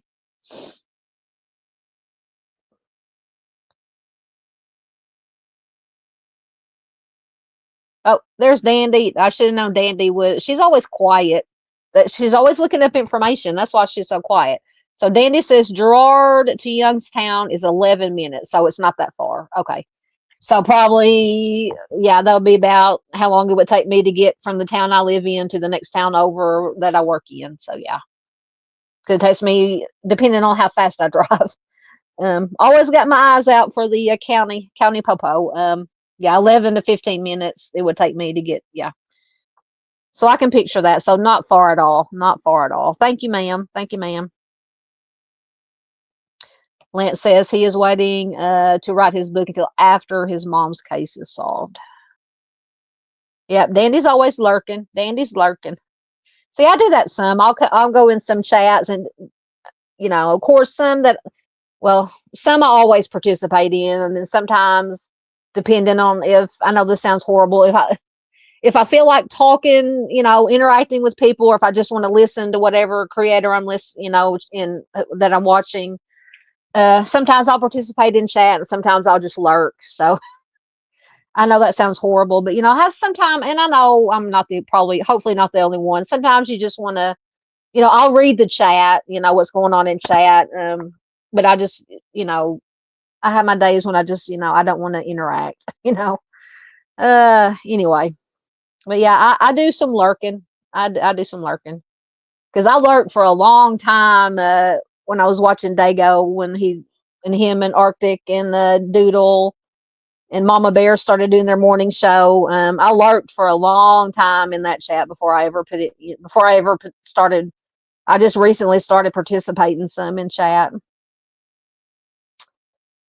I saw somebody. There she is. Hello, JC Ann. Welcome, my dear. Cameron, welcome. Welcome, JC. Good to see you. Always good to see you. JC Ann has a wonderful channel too. Absolutely. I know she was live the other night, or no, is it tonight you were live, or yesterday you were supposed to be live? I knew I got a notification, but then I went over there and you weren't live, so I don't know what happened. But JC has a wonderful channel. Please do check her out. I need to give JC a wrench too. Be like Dave and throw wrenches to everybody. So yes, welcome JC. Like I said, definitely go check out her channel. Oh, wait a minute. Is Lance? Oh, there. Lance says he's taking off. Everyone, good night. Good night, Lance. Thank you for being here, sir. Lance is wonderful. He is always here. Always here. So you have a good night, Lance. Thank you so much. Absolutely. Love and light. Yeah, see, yeah, Dandy says sometimes it's best to listen and keep quiet. Yeah, absolutely. Yeah, especially if it's not to get, I'm always getting off topic. That's why my lives end up being 3 and 4 hours long. But yeah, especially if it's It depends on how long I've been watching the creator, if I'm still feeling out what, if I decide I'm gonna still watch that creator or not, because you know how if you start watching somebody new, you got to kind of just watch things and the YouTube streets, as Sunshine Mind a Monster said, in the YouTube streets. But yeah, I'll just sit back and lurk and listen and just watch chat and get a feel for it, And then sometimes if it's there's a ton of people in the chat and it's just I can't keep up anyway. If I see somebody's like one of you guys in there, I might say hi whoever, but I can't keep up with if it's 100 people in the chat, I can't keep up. So I'll just sit back in and listen and just kind of watch chat go by. I don't know what type. Paula says, was she type 2 diabetic? See, that would, if Echoes was, I should know all about diabetes, but I know he's type 1 juvenile diabetic. So I don't know if she was a juvenile diabetes or if it was later onset diabetic. I don't know. I wish I knew, Miss Paula, but I don't. It didn't say. All right, we are caught up again. Hold on. Yeah, Dandy. Yeah, Dandy says being a mod is hard work. Absolutely. If I'm modding, I'm not listening. I'm chatting. Mods deserve mad respect. Yes, yes.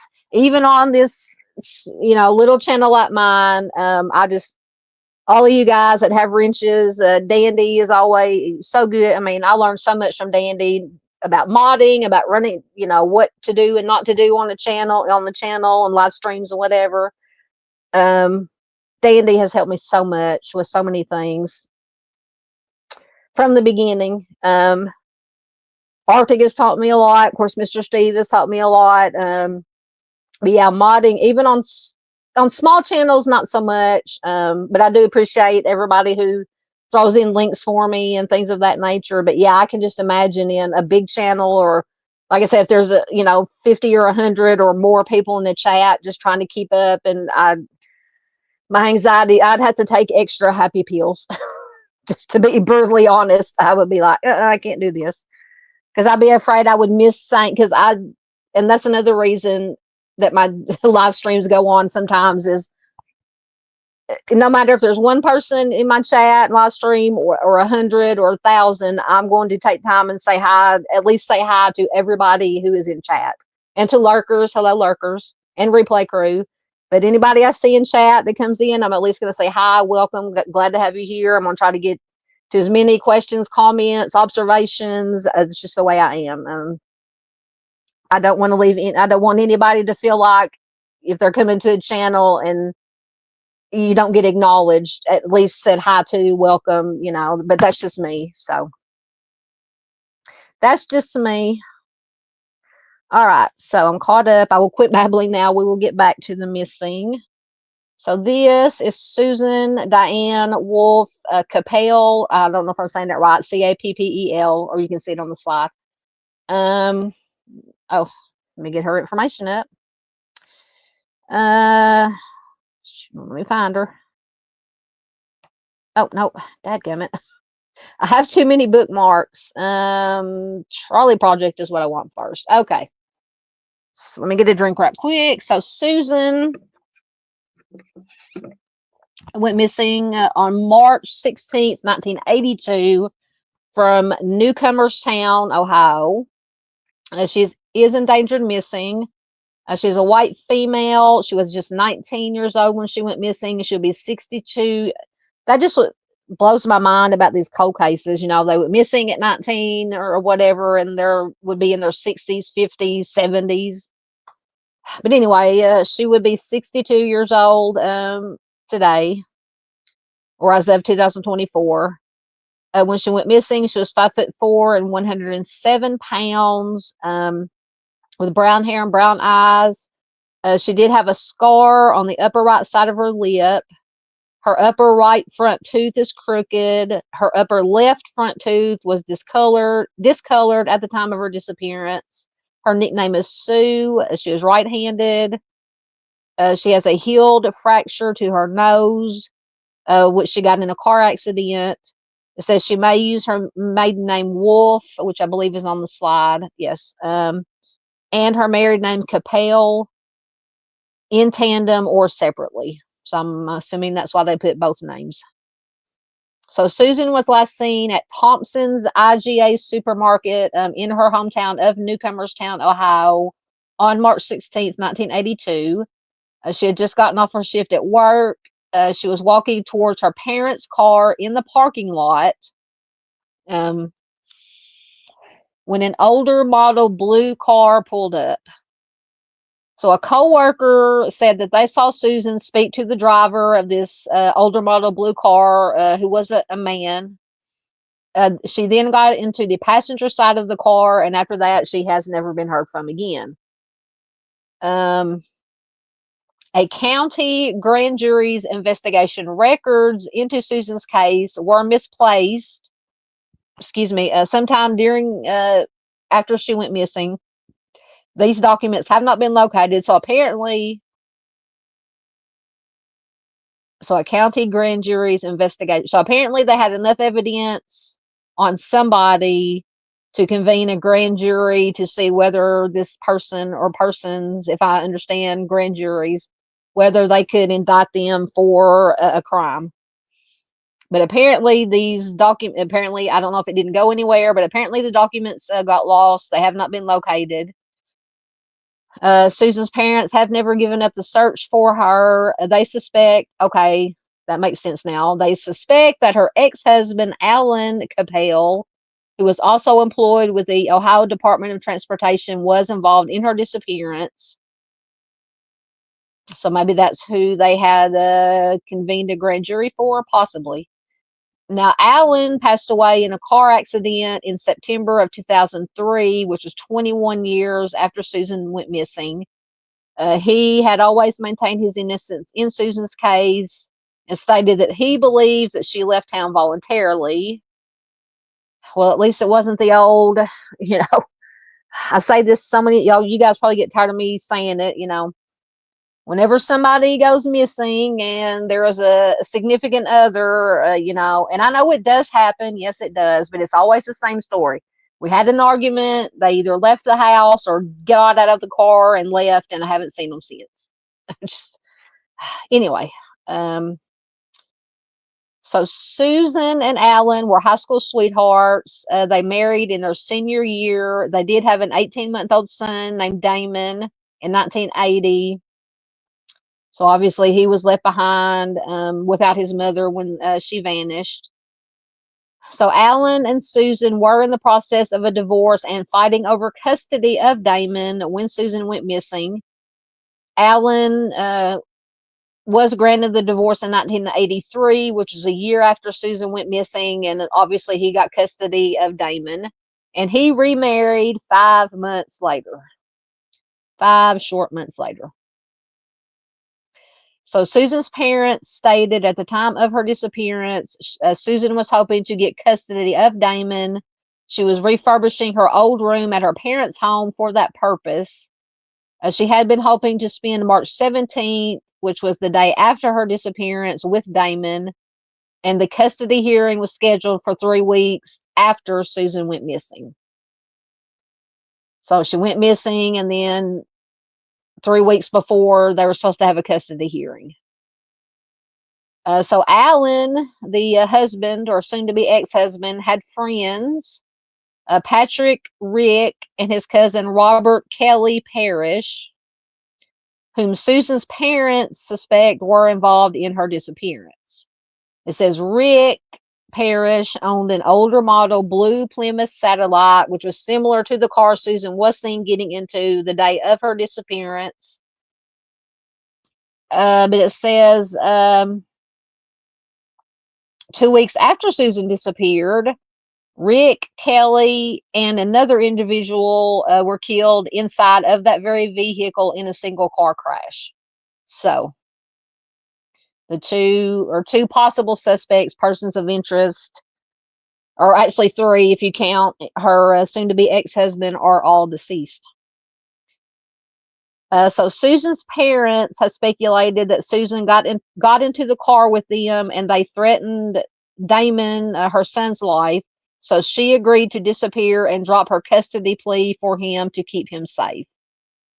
I don't know if that would be very low on the list for me. I would put foul play at the top of my list, but please let me know in chat, absolutely, or in comments if you're watching replay. So in 1983, a Greyhound bus driver believed that he saw Susan. He said the woman had purchased a ticket from Reno, Nevada to Newcomer's Town, and the driver picked her up in Cleveland. This woman who resembled Susan, carried only a satchel and asked to be let off at a filling station in Newcomer's Town instead of the bus stop. The bus driver refused to let her out at the gas station, and he stopped the bus at the bus stop where this woman who supposedly resembled Susan got out and ran in the direction of the filling station. So Rick Parrish did work at that filling station at the time of Susan's disappearance, and he was the one that was one of the possible suspects. Him and his cousin, who owned the older model blue Plymouth. So he did work at that gas station at the time she disappeared. The driver reported his sighting to police immediately, but an extensive search of the area turned up no signs of Susan. Her case remains unsolved. The investigation into her disappearance was reopened in 2006, and foul play is suspected. So if you have any information on Susan's case, I'm going to butcher this. You can call it's on the slide there, the Tuscarawas County Sheriff's Office at 330-339-2000, or the Newcomers Town Police Department at 740-498-6161. And let me find her article. Oh, there it is. Okay. I thought I forgot to bookmark it. I have been known to do that. Okay, so I'm trying to get ads out of the way. This article, oh my goodness, ads. So this article is from 2022, so just a couple of years ago. And this is an interview basically with her parents. It says, we still look 40 years after Susan Wolf Cappel disappeared, parents still hope for return. Judy Wolf hasn't seen or heard from her daughter Susan Wolf Cappel in 40 years. So it'd be 42 years now. Though Cappel was declared legally deceased in 2015, Wolf and her husband Jim aren't 100% certain that their daughter is really gone. Her mother says, we still think there's a good possibility that she may be alive somewhere. Now that doesn't make sense, but it does to me because I don't know what's going to happen. She says a prayer every day for her only daughter. She says, I had a time there when it first happened that I thought, I can't keep doing this. I can't keep praying because it's not helping. No, prayer always helps, in my opinion, in my beliefs. She said, but that didn't last very long. Susan's disappearance on the night of March 16th, 1982 has been one of the most enduring mysteries in the Tuscarawas County in the last half century. The Wolfs, her parents, traveled over much of the country following up on leads on their missing daughter. They gave numerous newspaper interviews, and they have appeared on TV seeking the public's help in locating Susan, but the mystery of Susan's disappearance remains. Susan was a senior at Newcomers Town High School when she became pregnant and married her boyfriend, Alan Cappel, in 1980. According to the Wolves, Susan and Alan had a rocky marriage. Susan had left him apparently 3 times. The last time was in January of 1982. After the 3rd time, Judy Wolf told her daughter that the marriage wasn't working out, so Susan planned on filing for divorce. Later that month, while Susan was out with friends, Alan Cappel came to see their infant son, Damon. Damon was staying with neighbors. He apparently took Damon with him, and that sparked a custody battle between Susan and Alan. And shortly before her disappearance, Susan got the news that a court hearing had been set and she would be getting her son back. So apparently they already knew that she was going to get custody of the son. So that makes it even more interesting. Her mom says she got the news and she was so happy. On the day of her disappearance, Susan went to her job at the IGA grocery store in Newcomerstown. Her shift ended at 9 p.m., but she did not come home to her parents' house. Her mom says 9 o'clock came and went, and no Susan. We went up, and her car was still there. She says, we put that horrible night in. We just had a horrible night that night. I was like, I don't know what happened, Jim. We didn't know, but I felt something horrible had probably happened. The next day, we called up the IGA and found out who she worked with. They talked to a woman who had worked with Susan. The two of them left work at the same time. They talked in the parking lot while the other woman waited for her husband to come pick her up. As they were talking, the older model blue car pulled up beside Susan. So Wolf, Susan's mother was told that Susan got kind of a disgusted look on her face, but she did walk around the car. She got in and the car drove off. And her mom says that was it. That was the last time we ever saw her. So yeah, whoever was in that car. The search, Susan's parents knew they had to do something. They made posters and put them up around town. Others took the posters out of state and put them up. They soon began receiving telephone calls in response. And Jim Wolf said he did tape all of the calls that they got. They traveled as far east as New Jersey and as far west as Las Vegas, following up on leads. One call from a man in Las Vegas who claimed that he knew a woman who called herself Sue. Sue had talked about having a son, but she had to give him up. So once again, could be something, could be nothing. The Wolves did offer a reward for information. It eventually grew to $20,000, but none of the tips helped locate Susan. Jim, her father says, people were looking at our money, the reward. Local law enforcement and the court system became involved in the disappearance, but the Wolves described it as a frustrating experience. Jim and Judy Wolf have always believed that Alan Cappel was involved somehow in Susan's disappearance. The resulting police investigation, though botched by many accounts, focused on Alan as well. The original prosecutor's file and many investigative documents and transcripts were lost in the decade following Susan's disappearance. It's a good thing Arctic's not still here. He'd have a lot to say about disappearing evidence and documents.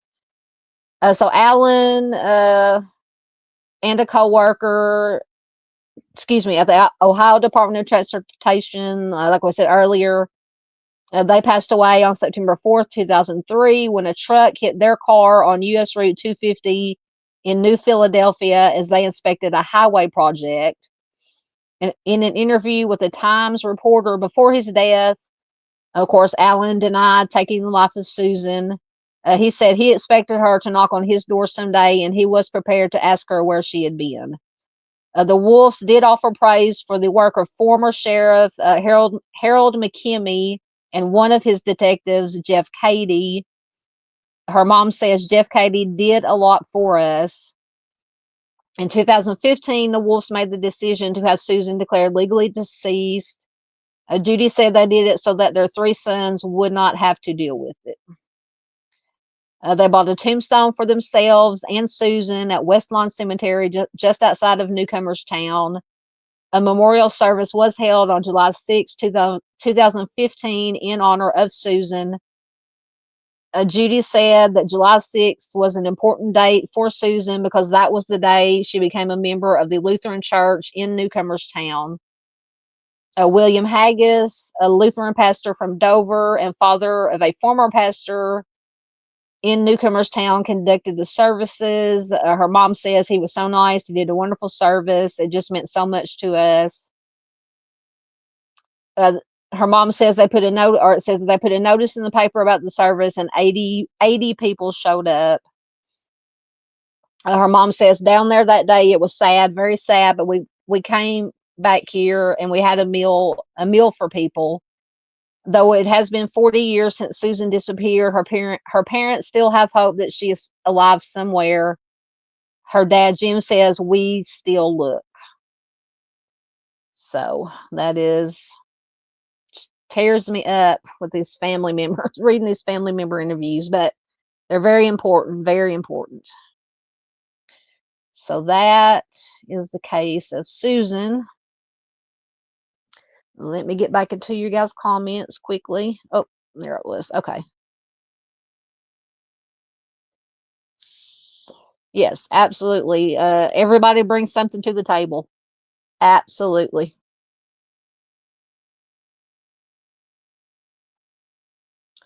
Thank you, Chris. Yeah, I try to, not just, and then I was being rude and having my camera off while I was talking to you guys. Yeah, whether it be if I'm on my channel, I want to always say at least say hi to everybody in chat. And if I'm in watching another creator and people come in chat, I try to, sometimes that's why I say I just lurk and I don't, if I'm having one of those days, I just don't feel like peopling. But if I am participating in chat, I'm one of those that everybody that comes in, whether I know them well or not, I have to say hi to them. That's just me, and that's a lot of people in chats like that in this community. Wonderful, wonderful people. Yeah, you sound like Jed Clampett. Danny says, "Dagnammit." That's a new one. Dagnammit. I'm gonna have to remember that. I'm gonna start using that because I tried to cut my cursing down a little bit.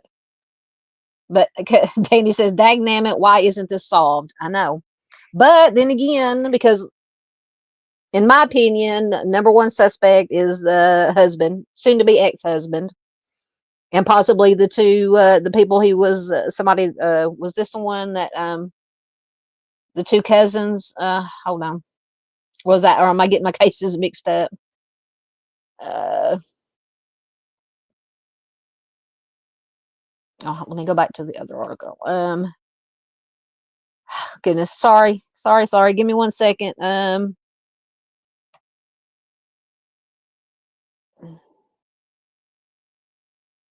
Yes, this is the one with, so we have, Alan, who was her soon-to-be ex-husband. He passed away. And then we had, his friends, Patrick and Robert, Parrish. They were cousins.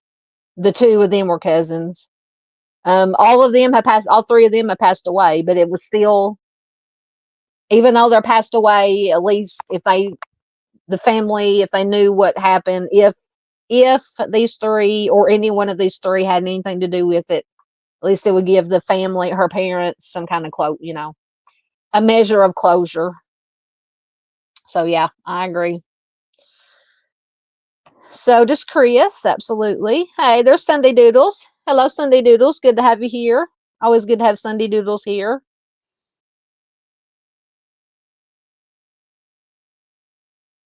That sounds familiar. Dandy says, after the Pike County homicides of 8, I find this relevant. Pike County murders. Why does that sound so familiar to me? I'll have to look it up. I've heard of the Pike County homicides. Was that in Ohio? Or it just reminds you of that case? Yep, Dandy says, I just can't imagine as a parent to not know where my child is. Absolutely.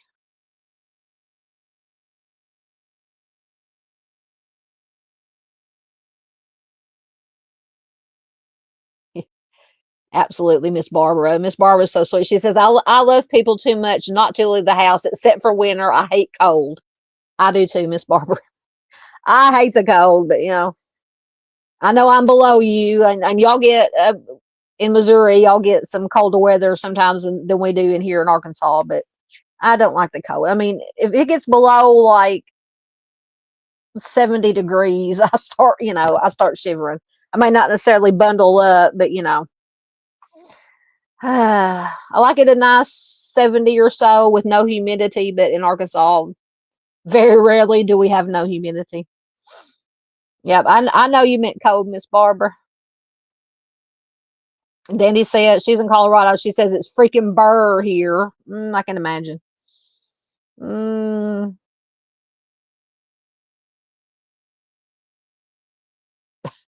JP apparently went out and got coffee. He's back now. Why'd you tell Chris you can't believe he's still alive? Oh goodness. Okay.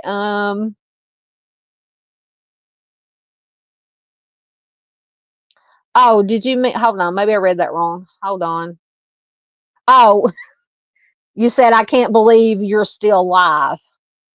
JP, you've been to enough of my live streams to know that they could last, 3 days.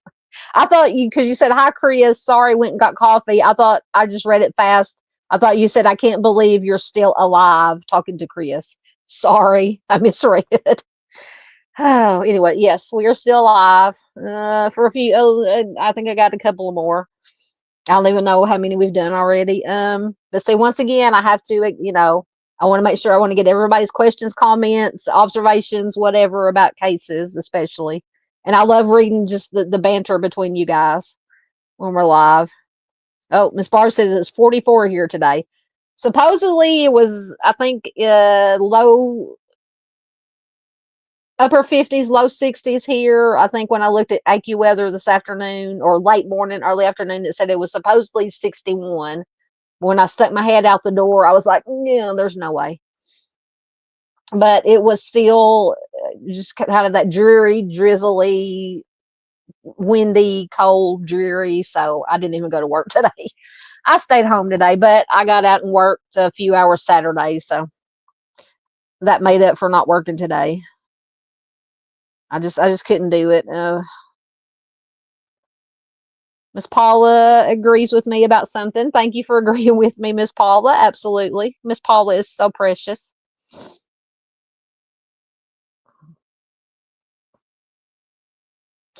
Oh, yeah.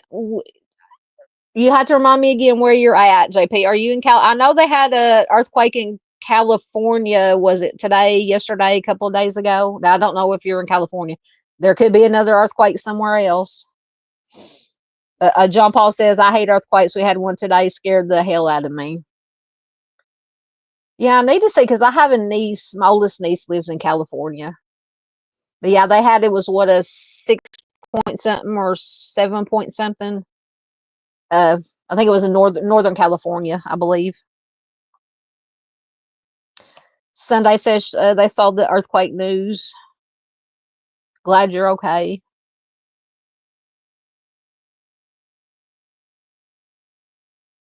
So, are you in California? If you don't mind saying, you probably told me before. I apologize if you told me. Oh yeah, it was foggy here too. And then once again, Sunday, if you've ever told me where you're from, I don't remember. Says we had about a quarter-mile vision in the heavy fog this morning. Yeah, the last 2 mornings here in my part of Arkansas, we've had dense fog advisories, and it was foggy. That's another reason that I didn't. One other excuse that I get, told myself to not go to work today is it's foggy. Oh, okay. So in Nevada, so there was an earthquake in Nevada, or you just felt the one because I keep forgetting Nevada's over. Okay, never mind. I'm an idiot. Yes, absolutely. That's what Matahari says. Miss Barbara said Arctic Fox is going to be on live with me Wednesday at 6:30. Yes, I will definitely be there unless hopefully nothing unforeseen will come up. It shouldn't. Like I said, I'm still. It's just me and the cat still. Mom and my aunt are still out somewhere in Georgia. I don't know. They're on a trip somewhere, spending lots of money. So I should absolutely be there. Okay. Sorry, I got something in my eye. Hold on. I have something in my eyelash or something in my eye, and it's driving me nuts. Didn't figure y'all want to see me picking at my eyeball. Oh my gosh, it won't go away. Okay. So John Paul says 45 minutes east of Reno. Reminds me of that Johnny Cash song. Didn't he say, and I shot a man in Reno and watched him die? Folsom, oh God, what's the name of the song? Folsom County Blues. Sunday, are you talking to Miss Barbara? Says, do you have a notification you can set up?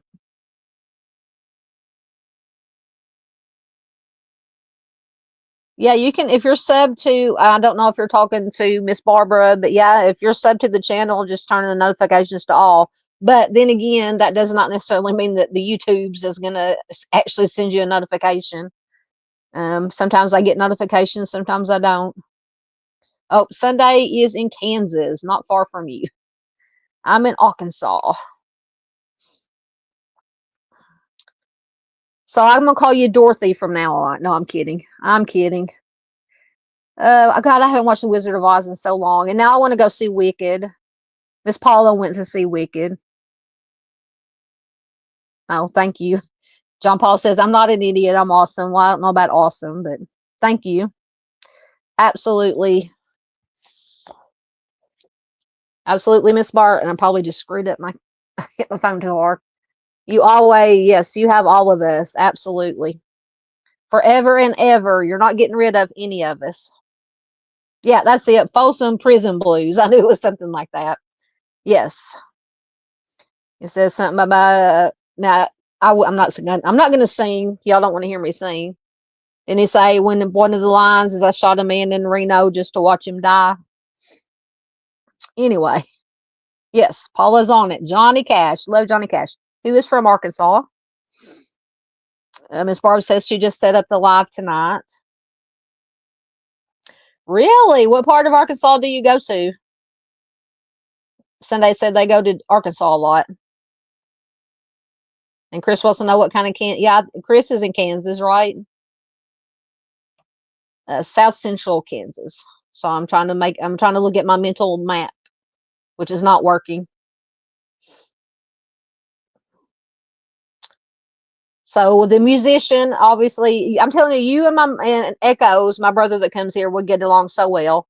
He's a musician, a music lover. He plays guitar, he plays bass, he plays sax, keyboard, whatever. He can play anything. Self-taught. But John Paul says the song is based off a song composition by Gordon Jenkins. Oh, yeah, I know. Well, I'm trying to think if I've ever been through. I don't even think I've ever been through Kansas. Because I don't think. No, we flew out there anyway. I've been to Las Vegas 3 or 4 times. But we flew, so I was trying to think if I've ever been through. I don't think I've ever, because I haven't traveled. Any traveling I've done has either been down to the Gulf Coast, to Louisiana, or over to the East Coast, the Carolinas, and through Georgia. And I've been to Florida. I haven't been out west a lot, except to Vegas. But anyway, yes, I do too. JP says he loves music, history. I'm assuming you mean history. So you've been all over Arkansas? I'm in central Arkansas. I am east of Little Rock.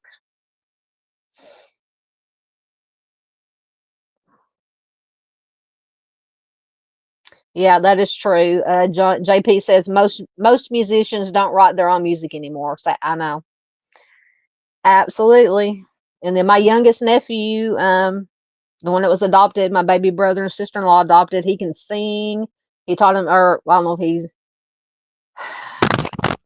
taught himself, or just probably YouTube or online. He learned how to play guitar. Has the voice of an angel, and he did take singing lessons. But he's just got natural talent. But anyway, yeah, most musicians don't write their own music. But Paula says some do. That's also true. Not as I think, but I agree with JP. Not as much. It seemed like back in the day, musicians wrote their own music more than they do now.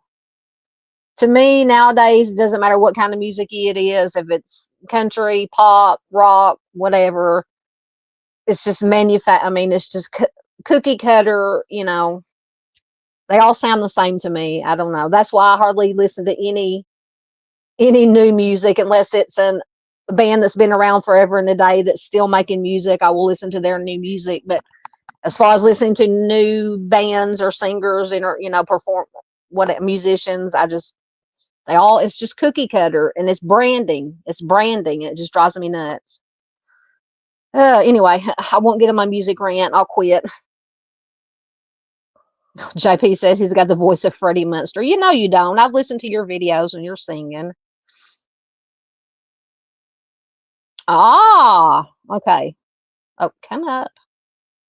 So that's not the one I wanted, but anyway, yeah, lyric buyers. Yeah, absolutely. Sunday says I've gone up and down Arkansas hiking, cave exploring, mountain biking, and Harley riding. Well, I don't do any of those things, but now I do like to go in caves, not like exploring, but have you I don't know if you been to Blanchard Springs, the caves, Blanchard Springs caverns, caves? I think we've been, I don't know, 2 or 3 times, the tour of those, you know, a guided tour. I like hiking, but my bad knee does not anymore. Yes, AI, auto tune, whatever that's. I said, don't get me started. Don't get me started again. Oh, so you have been to Blanchard Springs? Excellent. Excellent. So you go on like those real honest to goodness cave things. Says I've been on some tours pretty far down.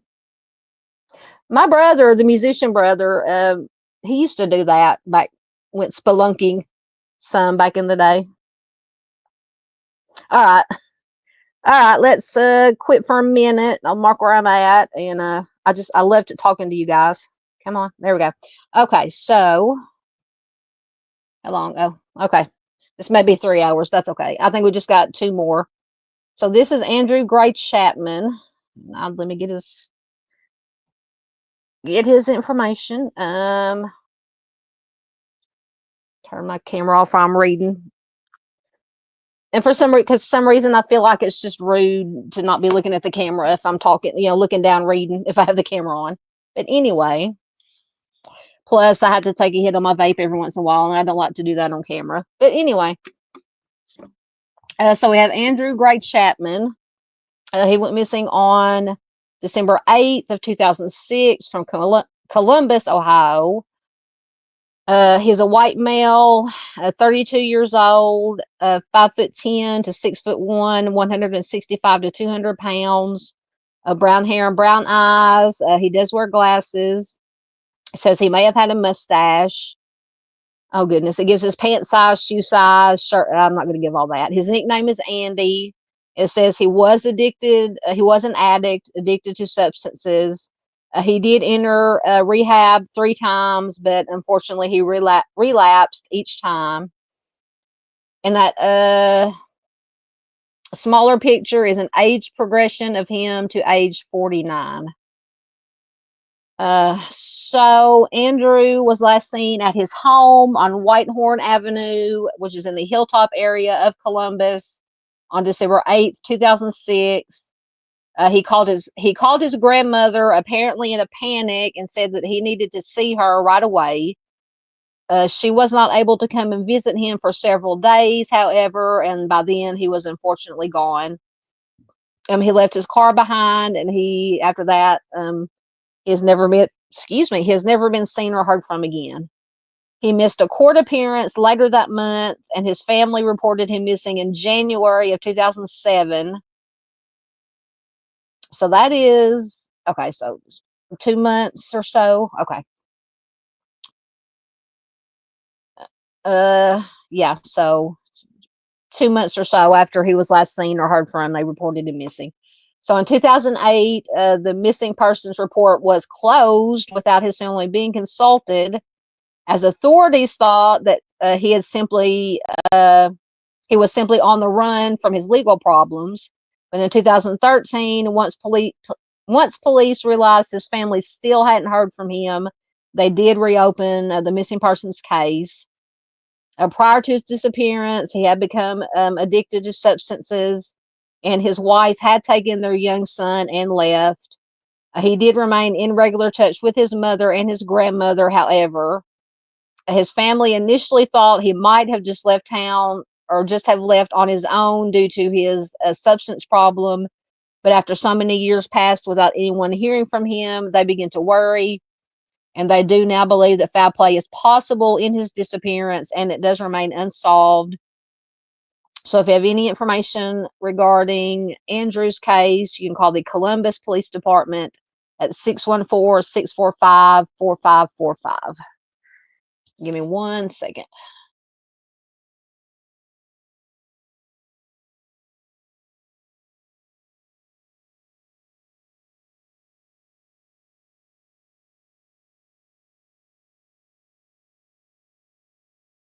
Okay, sorry. That's below my nose. All right. Let me get his other article. All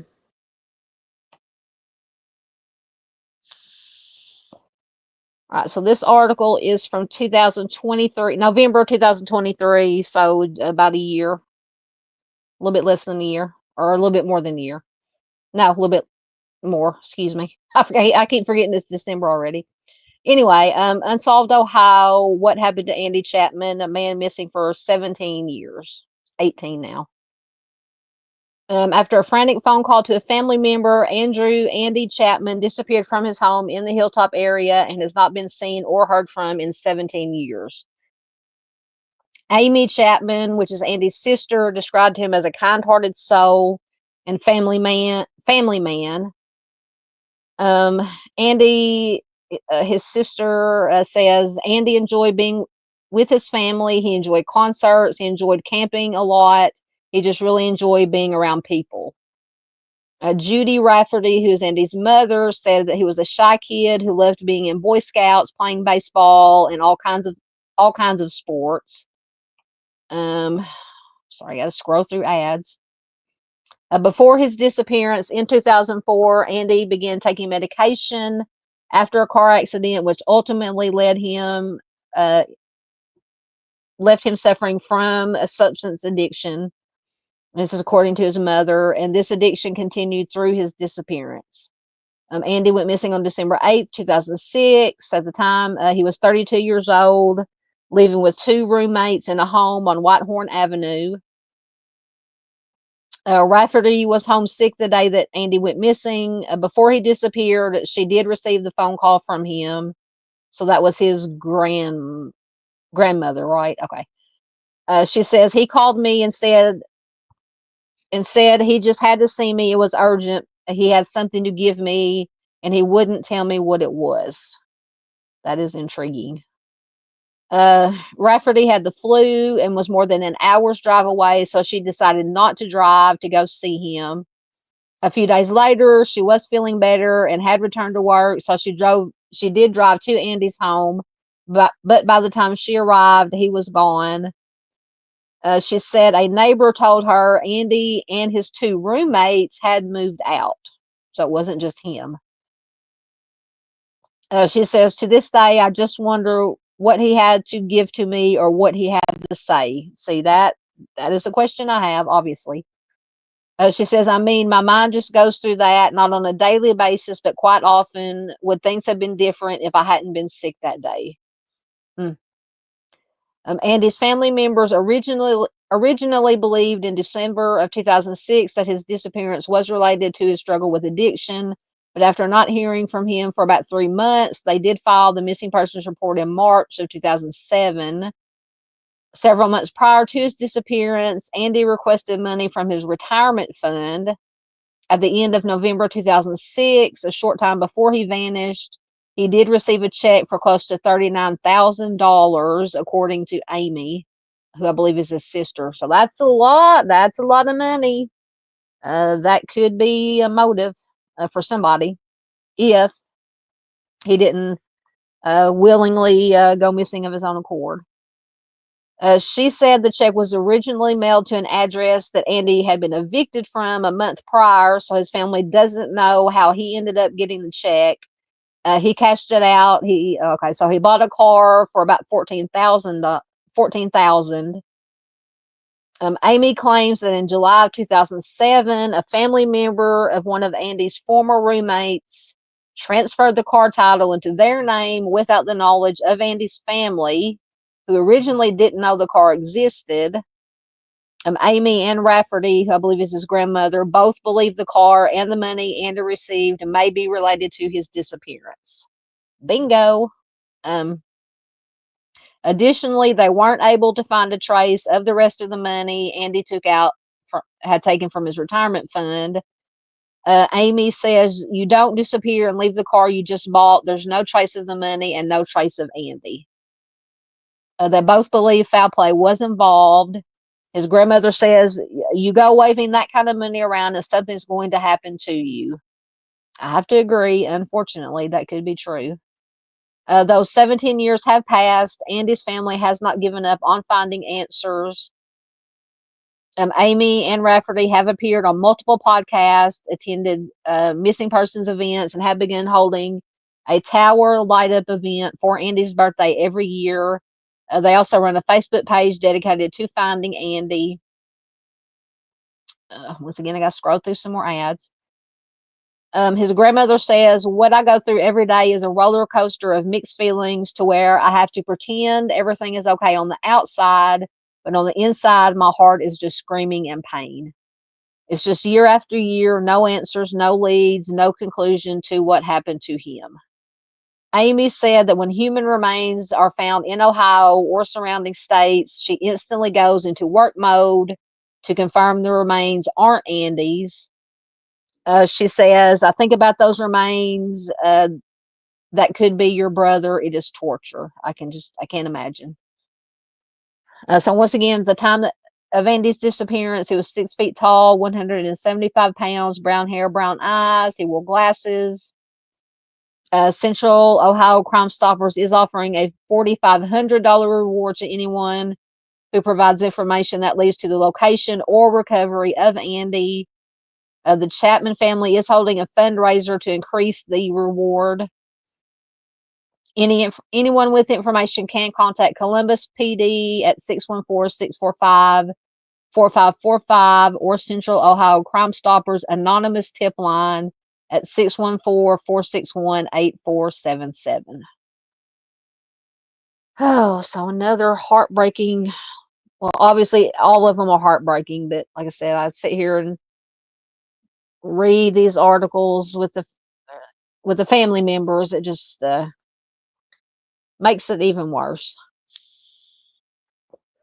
All right.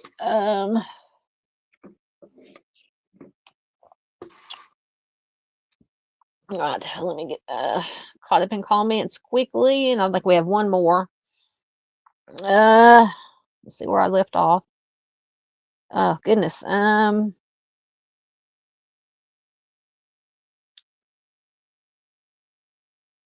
I remember that. Maybe I forgot to mark my place. Oh, John Paul's talking about mine shafts. He says, we've got mine shafts. I think they should cage them off so people can't access them. Absolutely. Yeah, we just had that. I can't remember where it was. It wasn't a mine. Well, actually, it was probably a mine shaft. The lady that was out looking for a cat that fell through the sinkhole, and they ended up finding her deceased. And her, I think, 5-year-old granddaughter had gone. She had taken her 5-year-old granddaughter with her, and this was overnight or early morning, and the little girl was in the car for 8 or 9 hours. Just can't imagine. Yeah, I agree. Oh, John Paul says we don't mind vaporwave. I don't like. I mean, I don't want to like trigger anybody who has been a smoker and quit smoking, or people who don't. I just try to be polite. Yes. JP says addiction is one hell of a struggle. Absolutely. Doesn't matter what I mean, yeah. All addictions are just like addiction to nicotine, talking about vaping. Because I smoked cigarettes for years and years, and I know vaping is not good for you either, but I finally quit the cigarettes altogether. I vape, but I keep telling myself I'm going to quit doing that, but I have to have at least one thing because I don't drink to amount to anything anymore. So, and I don't do any hard, I don't do the Mary Jane, nothing against anybody who does. And I don't do hard substances. So I've got to have one vice. That's a good question. Miss Paula says, have they questioned his dealer? That's a good question. I'm hoping they did. I'm hoping they questioned everybody. I mean, I would think that probably would be standard operating procedure when somebody goes missing, is to, at least talk to, interview everybody, friends, family, like you said, dealers, if you have a substance, whatever, anybody you're acquainted with or could have come in contact with. Oh, Miss PJ is the one that hands out tardy slips. Oh, Miss PJ and her party slips. Sorry, you can hand out party slips too. Tardy slips. Sunday was yeah, I thought about that too. What Miss Paula said about questioning the dealer. Absolutely. I'm thinking, but though, because it said they had those two, it could have been. I'm wondering if the two roommates that he lived with that also moved out, who apparently allegedly transferred the car title to their name after he disappeared. I wonder if they had substance abuse problems also, and they had all the same dealer. I'm thinking, like they said, the car and the money. That's what I'm banking on if I was a betting person. JP wants tardy cookies. Yep. Oh, yep, and cookies. Yep, Miss PJ and her cookies. Or is it Doodle with the cookies? I can't remember. One of y'all is always talking about making cookies. Yep, JP's got the red flags. I feel like my chair is sinking. This chair I'm sitting in is probably like 30 years old. I need to get me a new chair. But anyway, I keep feeling like it's sinking, or I'm just slumping down or something. Anyway, that's possible too. JP says deal gone bad on a sad day. That's possible. Oh, Matahari's back. Welcome back, Matahari. No, don't worry. We know life happens. Yeah, JP says that is a lot of money to play with. Yeah, what, 39,000? And he only spent 14,000 on the car, so that he had quite a bit of money left over. I wonder what kind of car he bought. So it was what, 2006. Okay. That I had not thought about that. Sunday says, wonder why his grandmother, was expected to drive an hour to see him when he had a new car. See, that's what I like about reading your guys' comments and getting to all of them. I had not thought about that. That is an excellent observation. Absolutely. Makes you wonder if maybe the roommates had borrowed the car or taken off with the car or something, but you would think that if allegedly, if they had the roommates had anything to do with it, that they would have already done whatever they were going to do to him before they took the car. But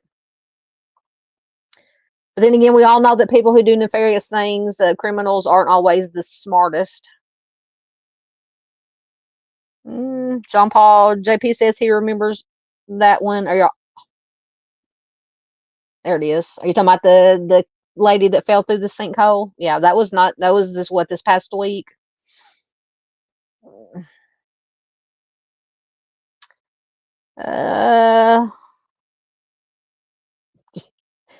JP says respect. And it's 420 somewhere. That's true. For drinking people, it's always 5 o'clock somewhere, and for smoking people, it's always 420 somewhere. Now Matahari. Yeah, we all want cookies. Matahari wants cookies. Miss PJ says cookies for Matahari. That's possible. JP says he was possibly under the influence and left for deceased, and they took the car. Purely speculative. That possible? Absolutely. It's possible he could have OD'd, and they said either they got scared because they thought they would get in trouble, or they said, "Hey, he's gone." I'm not trying to be crass, but he don't need the car or the money anymore. So we're gonna take it, both of them, and split or whatever. Absolutely possible. All right, I am caught up again. So I think we got one more. Oh, we're 2.5 hours. That's not bad. That's not horrible. All right, so we have Jonni Clemett. I think that's my last one. Yeah. No, go back. Jonni Clemett. Let's see. I'm gonna turn my camera off while I'm reading. Get her information up.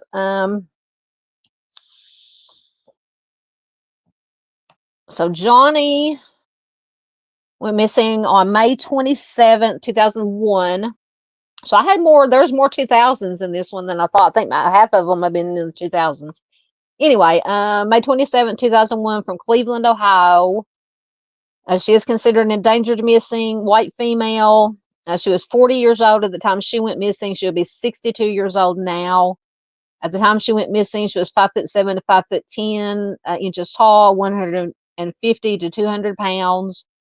Excuse me. She was last seen, it just says, a leather tribe jacket and blue jeans or jeans. She has blonde hair and blue eyes. She has a tattoo of who is Chief? Oh, of Chief Wahoo, who is a logo of the Cleveland Indians baseball team. I was like, who in the heck is Chief Wahoo? Okay, I know what that is now. The logo of the Cleveland Indians baseball team on one of her ankles, a unicorn on one of her shoulder blades. She wears eyeglasses, and some agencies refer to her as Jonni Clemett Perkins. Or Johnny. Well, I don't know if it's Joni or Johnny. I assume it's Johnny. So Jonni had attended the baseball game between the Cleveland Indians and the Detroit Tigers in Cleveland on May 27, 2001. She parked her vehicle in the lot of the Little Bar, which is in the 600 block of Frankfort Avenue, during the day. She returned to that location after the game ended. She was last seen leaning against her black four-door 2000 Dodge Neon with Ohio license plate CQY 5786. A witness told authorities that it appeared as if Jonni was having difficulty breathing at the time. She has never been heard from again, and her vehicle has not been found or located. So Jonni did not take any of her personal belongings or any additional clothing with her. Her neighbors reported that she never returned to her residence on Starkweather Avenue in the Tremont neighborhood after the game. Her apartment was found locked and undisturbed. There's been no activity on her bank account or credit cards since she went missing. She had pleaded no contest to DUI or driving under the influence, and was scheduled to be sentenced on June 16th. But she did not anticipate a severe sentence, and her loved ones don't believe that she would have run away just to avoid her legal problems. Her family members say it's uncharacteristic of her to leave without warning, and they do believe that foul play was involved in her case. Jonni was employed at Harpo's Sports Bar, which is in Strongsville, Ohio, in 2001. She previously managed Jake's, which was in the Marriott Hotel in downtown Cleveland, as well as Shooters in the Flats. So all that probably makes sense to somebody who knows that area, assuming those are all bars. She had been amicably separated from her husband for several years prior to her disappearance. She does not have any children, and although she dated, she did not have a steady boyfriend at the time of her disappearance. and her case remains unsolved. So let me go back real quick. I thought it said that she was seen getting into the car with a car with somebody, but no. So she was last seen leaning against her car. The witness said it appeared she was having difficulty breathing. Okay. All right. So if you have any information on Jonni's case, you can call the Cleveland Police Department at 216-623-5200 or 216-623-5227. And I believe I have maybe a short article on her. And so this article is from 2017.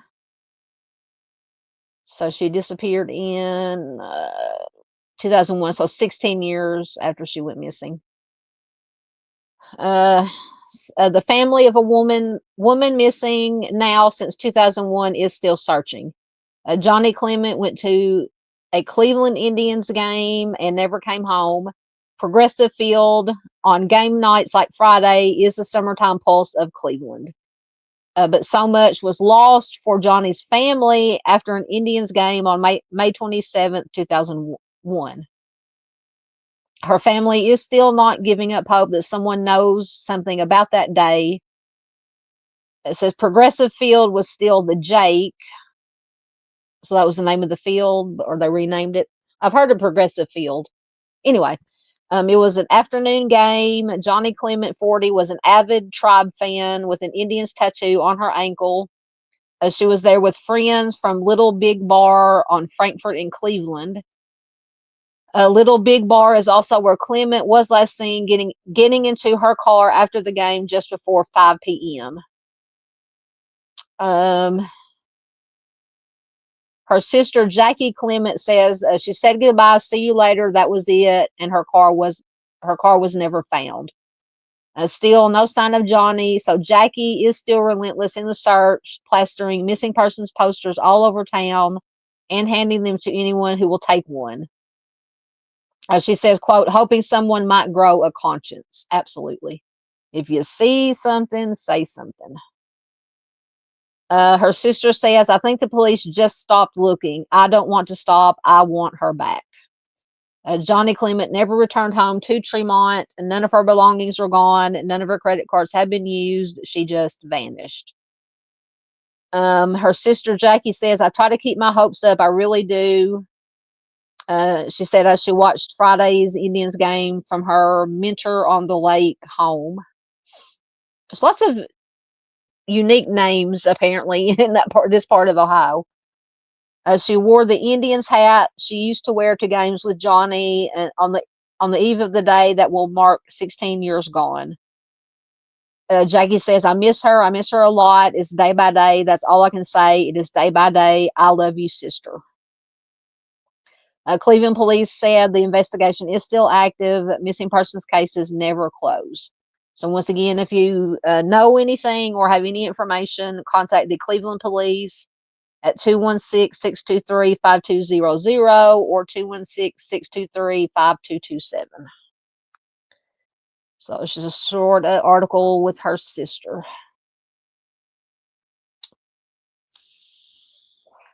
All right.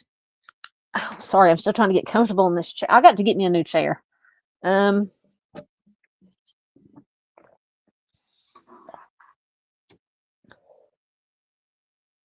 Okay.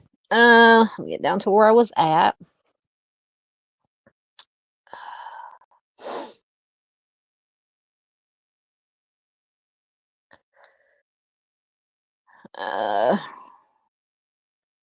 Who are you talking about? JP says, I don't know his addictive habits. So, are you talking about the one before, Andrew?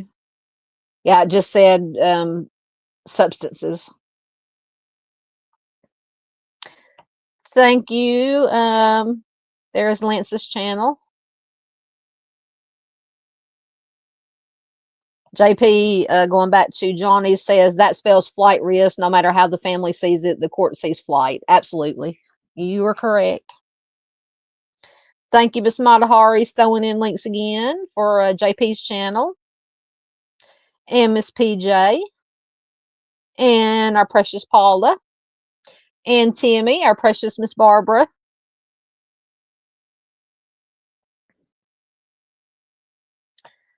JP says, my daughter does things I would never expect her to. Yeah, I think all. So to an extent, family needs to be verified too. Absolutely. Yeah, just because the family says, oh, they would never do this or that. No, unless you're with whatever family member you're talking about 24/7 and never let them out of your sight, you can't ever 100% for sure say they would or would not do something. I mean, that's just facts. That's just the way it is. I mean, it's my opinion. That's my opinion. I mean, I'm sure if you would ask my mom back in the day when I was, before I was old enough to drink, oh my, because we went to church every Sunday and Wednesday and whenever the church doors were open. And all of us we're good kids, none of us ever got arrested that I know of. I know I didn't. But my mom might have said, oh, my daughter would never drink. Come on. She probably said, yeah, my daughter would drink. Anyway, but yeah, in my opinion, like I said, you have to be with someone 24/7, never let them out of your sight to say, oh, they've never done that. They would never do whatever. So,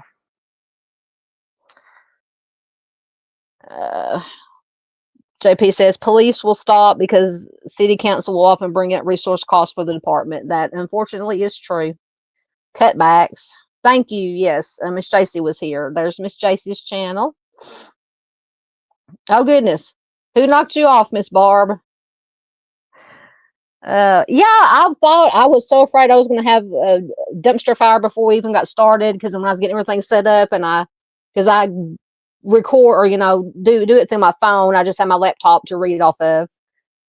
But I got into StreamYard and I had forgot to upload my slideshow and I was getting all my settings, made sure they were right, and it just kicked me out of StreamYard all of a sudden. I was like, oh no, here we go. But it let me back in, and fingers crossed, it's still working. Oh, absolutely. There is Mr. Arctic's channel. JP says, that's real talk. I don't know what you're talking about. That's fine. That's fine. Absolutely. Sound like me. Matahari says, I like to drop links at least twice per live. It's a thing.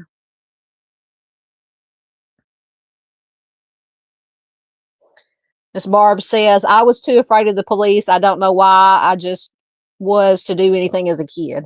See, I wasn't afraid of the police because I grew up and still live in the town I grew up in, less than 2,000 people. So everybody knows everybody. Everybody knows what everybody's doing. Everybody's in everybody's business. So I knew that I couldn't get away with anything because, everybody knows everybody. Everybody sees everything in a small town. So, I knew that as soon as I got home or the next day on the weekend, my mom would be, so what did you do last night? I never lied to her. Because I was always taught we would rather you tell us the truth. Yeah, you probably get in trouble or grounded or whatever, but don't lie to us, tell the truth. So I always said I was out drinking or whatever. Anyway, but yeah. And I couldn't even go the next town over, which we did, because that's where my dad grew up. So everybody over there knew us. So I was just screwed all the way around. Anyway, but yeah, small town life. Miss Barb says, is there internet? Yeah, my phone signal is because I go through my Wi-Fi hotspot, or to run my laptop. So I have Verizon, so and plus it's out on the farm, and there's maybe 1 or 2 towers that are close or semi-close. So if a bird poops on one of the wires, the internet goes down, the cell service goes down. So I understand. Yes, JP says it's just sad that people get forgotten so easily and never found and brought home. How unfortunate. Yes, that is why I concentrate mostly on cold cases on my channel. I mean, I've always been fascinated or interested in cold cases anyway, but I do share current cases, mostly like missing persons posters, but there's so many wonderful creators like Arctic, Duchess, Miss PJ, everybody that is always uploading, posting missing persons flyers, doing videos of all these current missing, which so thankful for all you guys who do that. So, but yeah, that's the way I feel. It's just some of these older, there it is. So yeah, some of these, the cold cases, yeah, that's why I got, well, you can't see because the comments up, #never forgotten. Absolutely. Oh yeah, absolutely. Yeah. About real talk about family, knowing family well enough. Absolutely. I mean, there have been a couple of things that one of my family members told me that they did that I would have never in a million years. I mean, my jaw literally on the floor. I'm like, you did that? Would have never thought. And it was close family member. So yeah, it's just, you never know. Like I said, you can't 100% sure say unless you're up their butt all day, glued to them 24/7. You don't know. Absolutely. Miss Barb says, I couldn't even imagine. I know what I went through, just 5 months. I feel blessed that my son was found. Absolutely. Facts. JP says, you can never truly know anyone well enough in your lifetime besides yourself. Sometimes I feel like I don't know myself. I mean, if that makes any sense. Because I'll be like, why did you do that? Or why did you think that? Or what, just something out of the blue.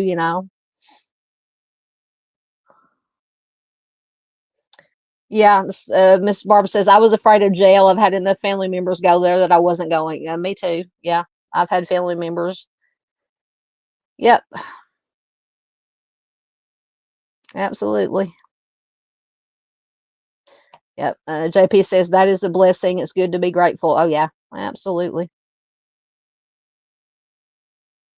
This is true. JP says, I don't like cops either. You never know if you're getting the a-hole or the nice guy. That is true. Oh, absolutely. Matahari says, just real quick, we have Timmy's Legacy Discord up and running. Ooh, I'm gonna have to get on Discord and go join or do however you do it. It's been so long since I've been on Discord. Please join if you would like, and there's the link. Absolutely. I guess I'll have to, or Matahari, you're on Facebook, right? I think we're friends under your real name, maybe, or maybe both. If you can send me, if you don't mind. If not, I can try to find it myself. Just PM me a link or an invite, whatever. Okay. Oh, okay. JP says, sent you a friend request on Discord. Okay. Thank you. I will. I said, I'm so bad about um getting on Discord. I just, with everything else going on, trying to keep up with Facebook and this, I forget about Discord. Okay, thank you. Thank you, Matahari. I probably got it. I haven't been on Discord in months. So I did finally get the download the app on my phone, so it's a lot easier because I could never get it to come up on my laptop. That's why I never got on it. And now I forgot that I have it on my phone. So thank you. Thank you, Matahari. It just came through. Thank you, dear.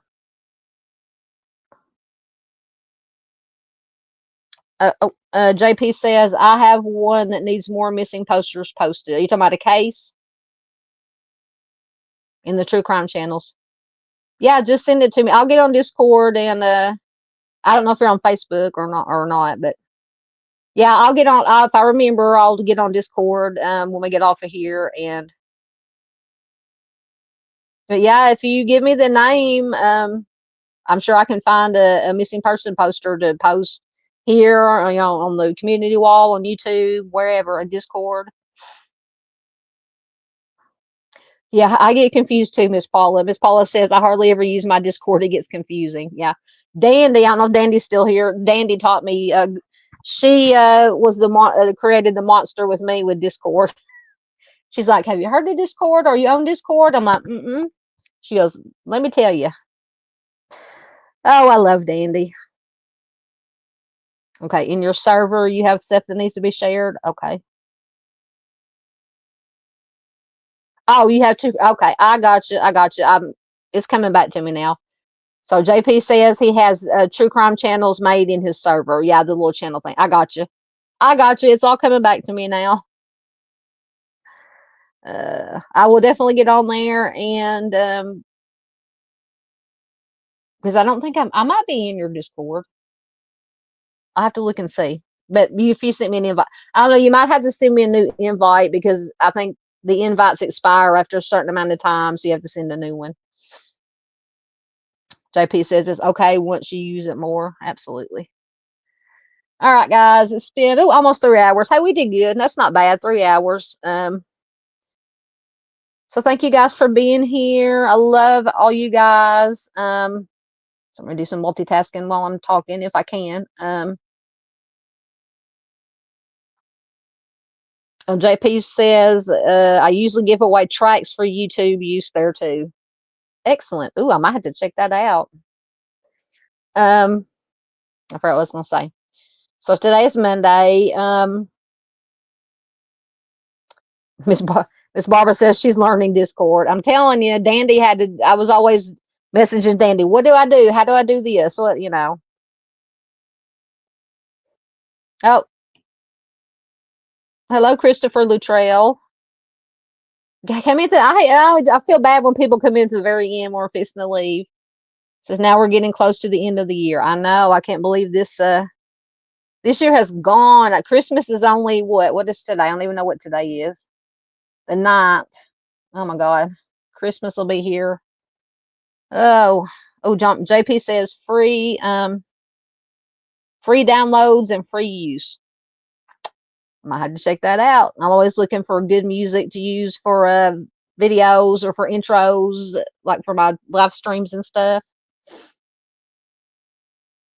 All right, so today's Monday. I'm trying to think of when I don't think Mom and them are going to be home till Friday or Saturday. I've got to get with somebody, a family member, about having her on about a case that I think Chris actually, I don't know if Chris is still here, had mentioned some of us creators.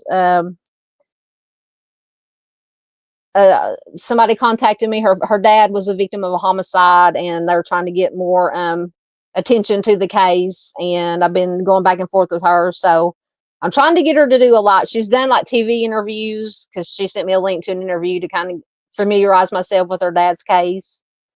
So I'm going to try to get her. I got to get back with her maybe this week. If not, it may be after the holidays.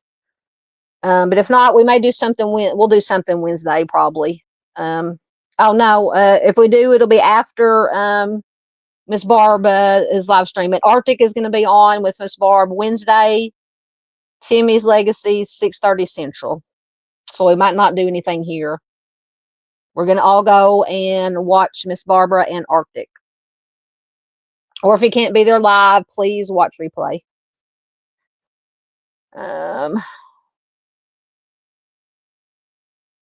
Oh, mine is, let's see, where did that go? Everything jumped. JP says, I just need to restructure it better. Yeah, my Discord is all, I do have channels. I try to put it there. You're more than welcome, Miss Barbara. She says, thank you all for what you do for families. Absolutely. Thank you for what you do for families. That is what Timmy's, you said that's what Timmy's Legacy is. That's why you called it Timmy's Legacy. One of the reasons, because he wanted to leave a legacy. And you are his legacy. You're his legacy by helping paying it forward, and while still trying to get justice for Timmy, paying it forward by helping other families. Absolutely. Thank you, Matahari. Thank you to everybody, Matahari and Miss PJ and Dandy and everybody who was putting in links for me. Arctic when he was here earlier. Thank you so much, guys. I always forget to thank y'all for doing that for me. Thank you, Miss Barb. Love, love, love you. So, depending on when, I have to text my mom, or she'll probably call me tomorrow sometime to see when they're getting back, depending on when they're getting back and when I have to go pick her up from wherever I'm picking her up from. Maybe something Friday or some, like I said, it depends. I don't know. I can't remember if they're getting back Friday or Saturday. But anyway, I'll get it figured out before then. Thank you all for being here. Don't forget to hit the like if you haven't already. Thank you, lurkers. Thank you, replay crew. We love you. Thank you, everybody in chat. Thank you to members, to the community, everybody. I love everybody. So I'm going to quit babbling now. Oh yeah, I miss Barbara's Friday night date. Well, yeah, we'll do something Friday. It might be a little bit later, but hey, if we can, because I know, well, I don't know. Sometimes you're in Dave's late night live streams. Anyway, we'll do something. I promise, Miss Barb. Absolutely. Thank you, Christopher, for popping in. Thank you. Thank you. Absolutely. See you on the next one. I hope so. I hope so. All right, guys, I'm gonna get out of here. Get out of here now and quit babbling. I'm getting loopy. I love you guys, and hopefully I will see you guys. I will see you Wednesday if you're in Miss Barb's chat or live stream. And hopefully we should be doing something here Friday. Yes, and Dave is all of our Saturday night date. Yep, Dave is our date for Saturday night. Absolutely, Miss Farr, once again. Thank you, Miss Farr, for gifting 5 memberships. Arctic has been a member. I swear it's been longer than 3 months. It may be for 3 months. Thank you, Arctic, and thank you, Miss PJ, for becoming a member. Thank you so much, guys. Greatly appreciated. Oh, I hit the wrong thing. No, what did I do? I don't know what I did. Did I delete it? No, I did.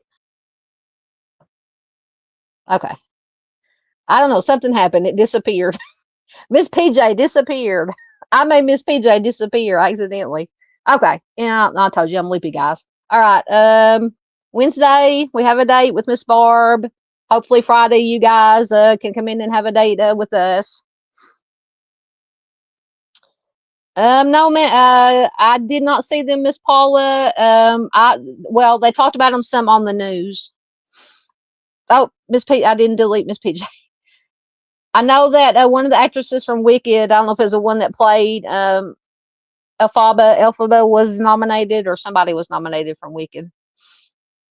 No, it's okay, Miss PJ. I thought I accidentally deleted you or put you in timeout or something, but I didn't. So.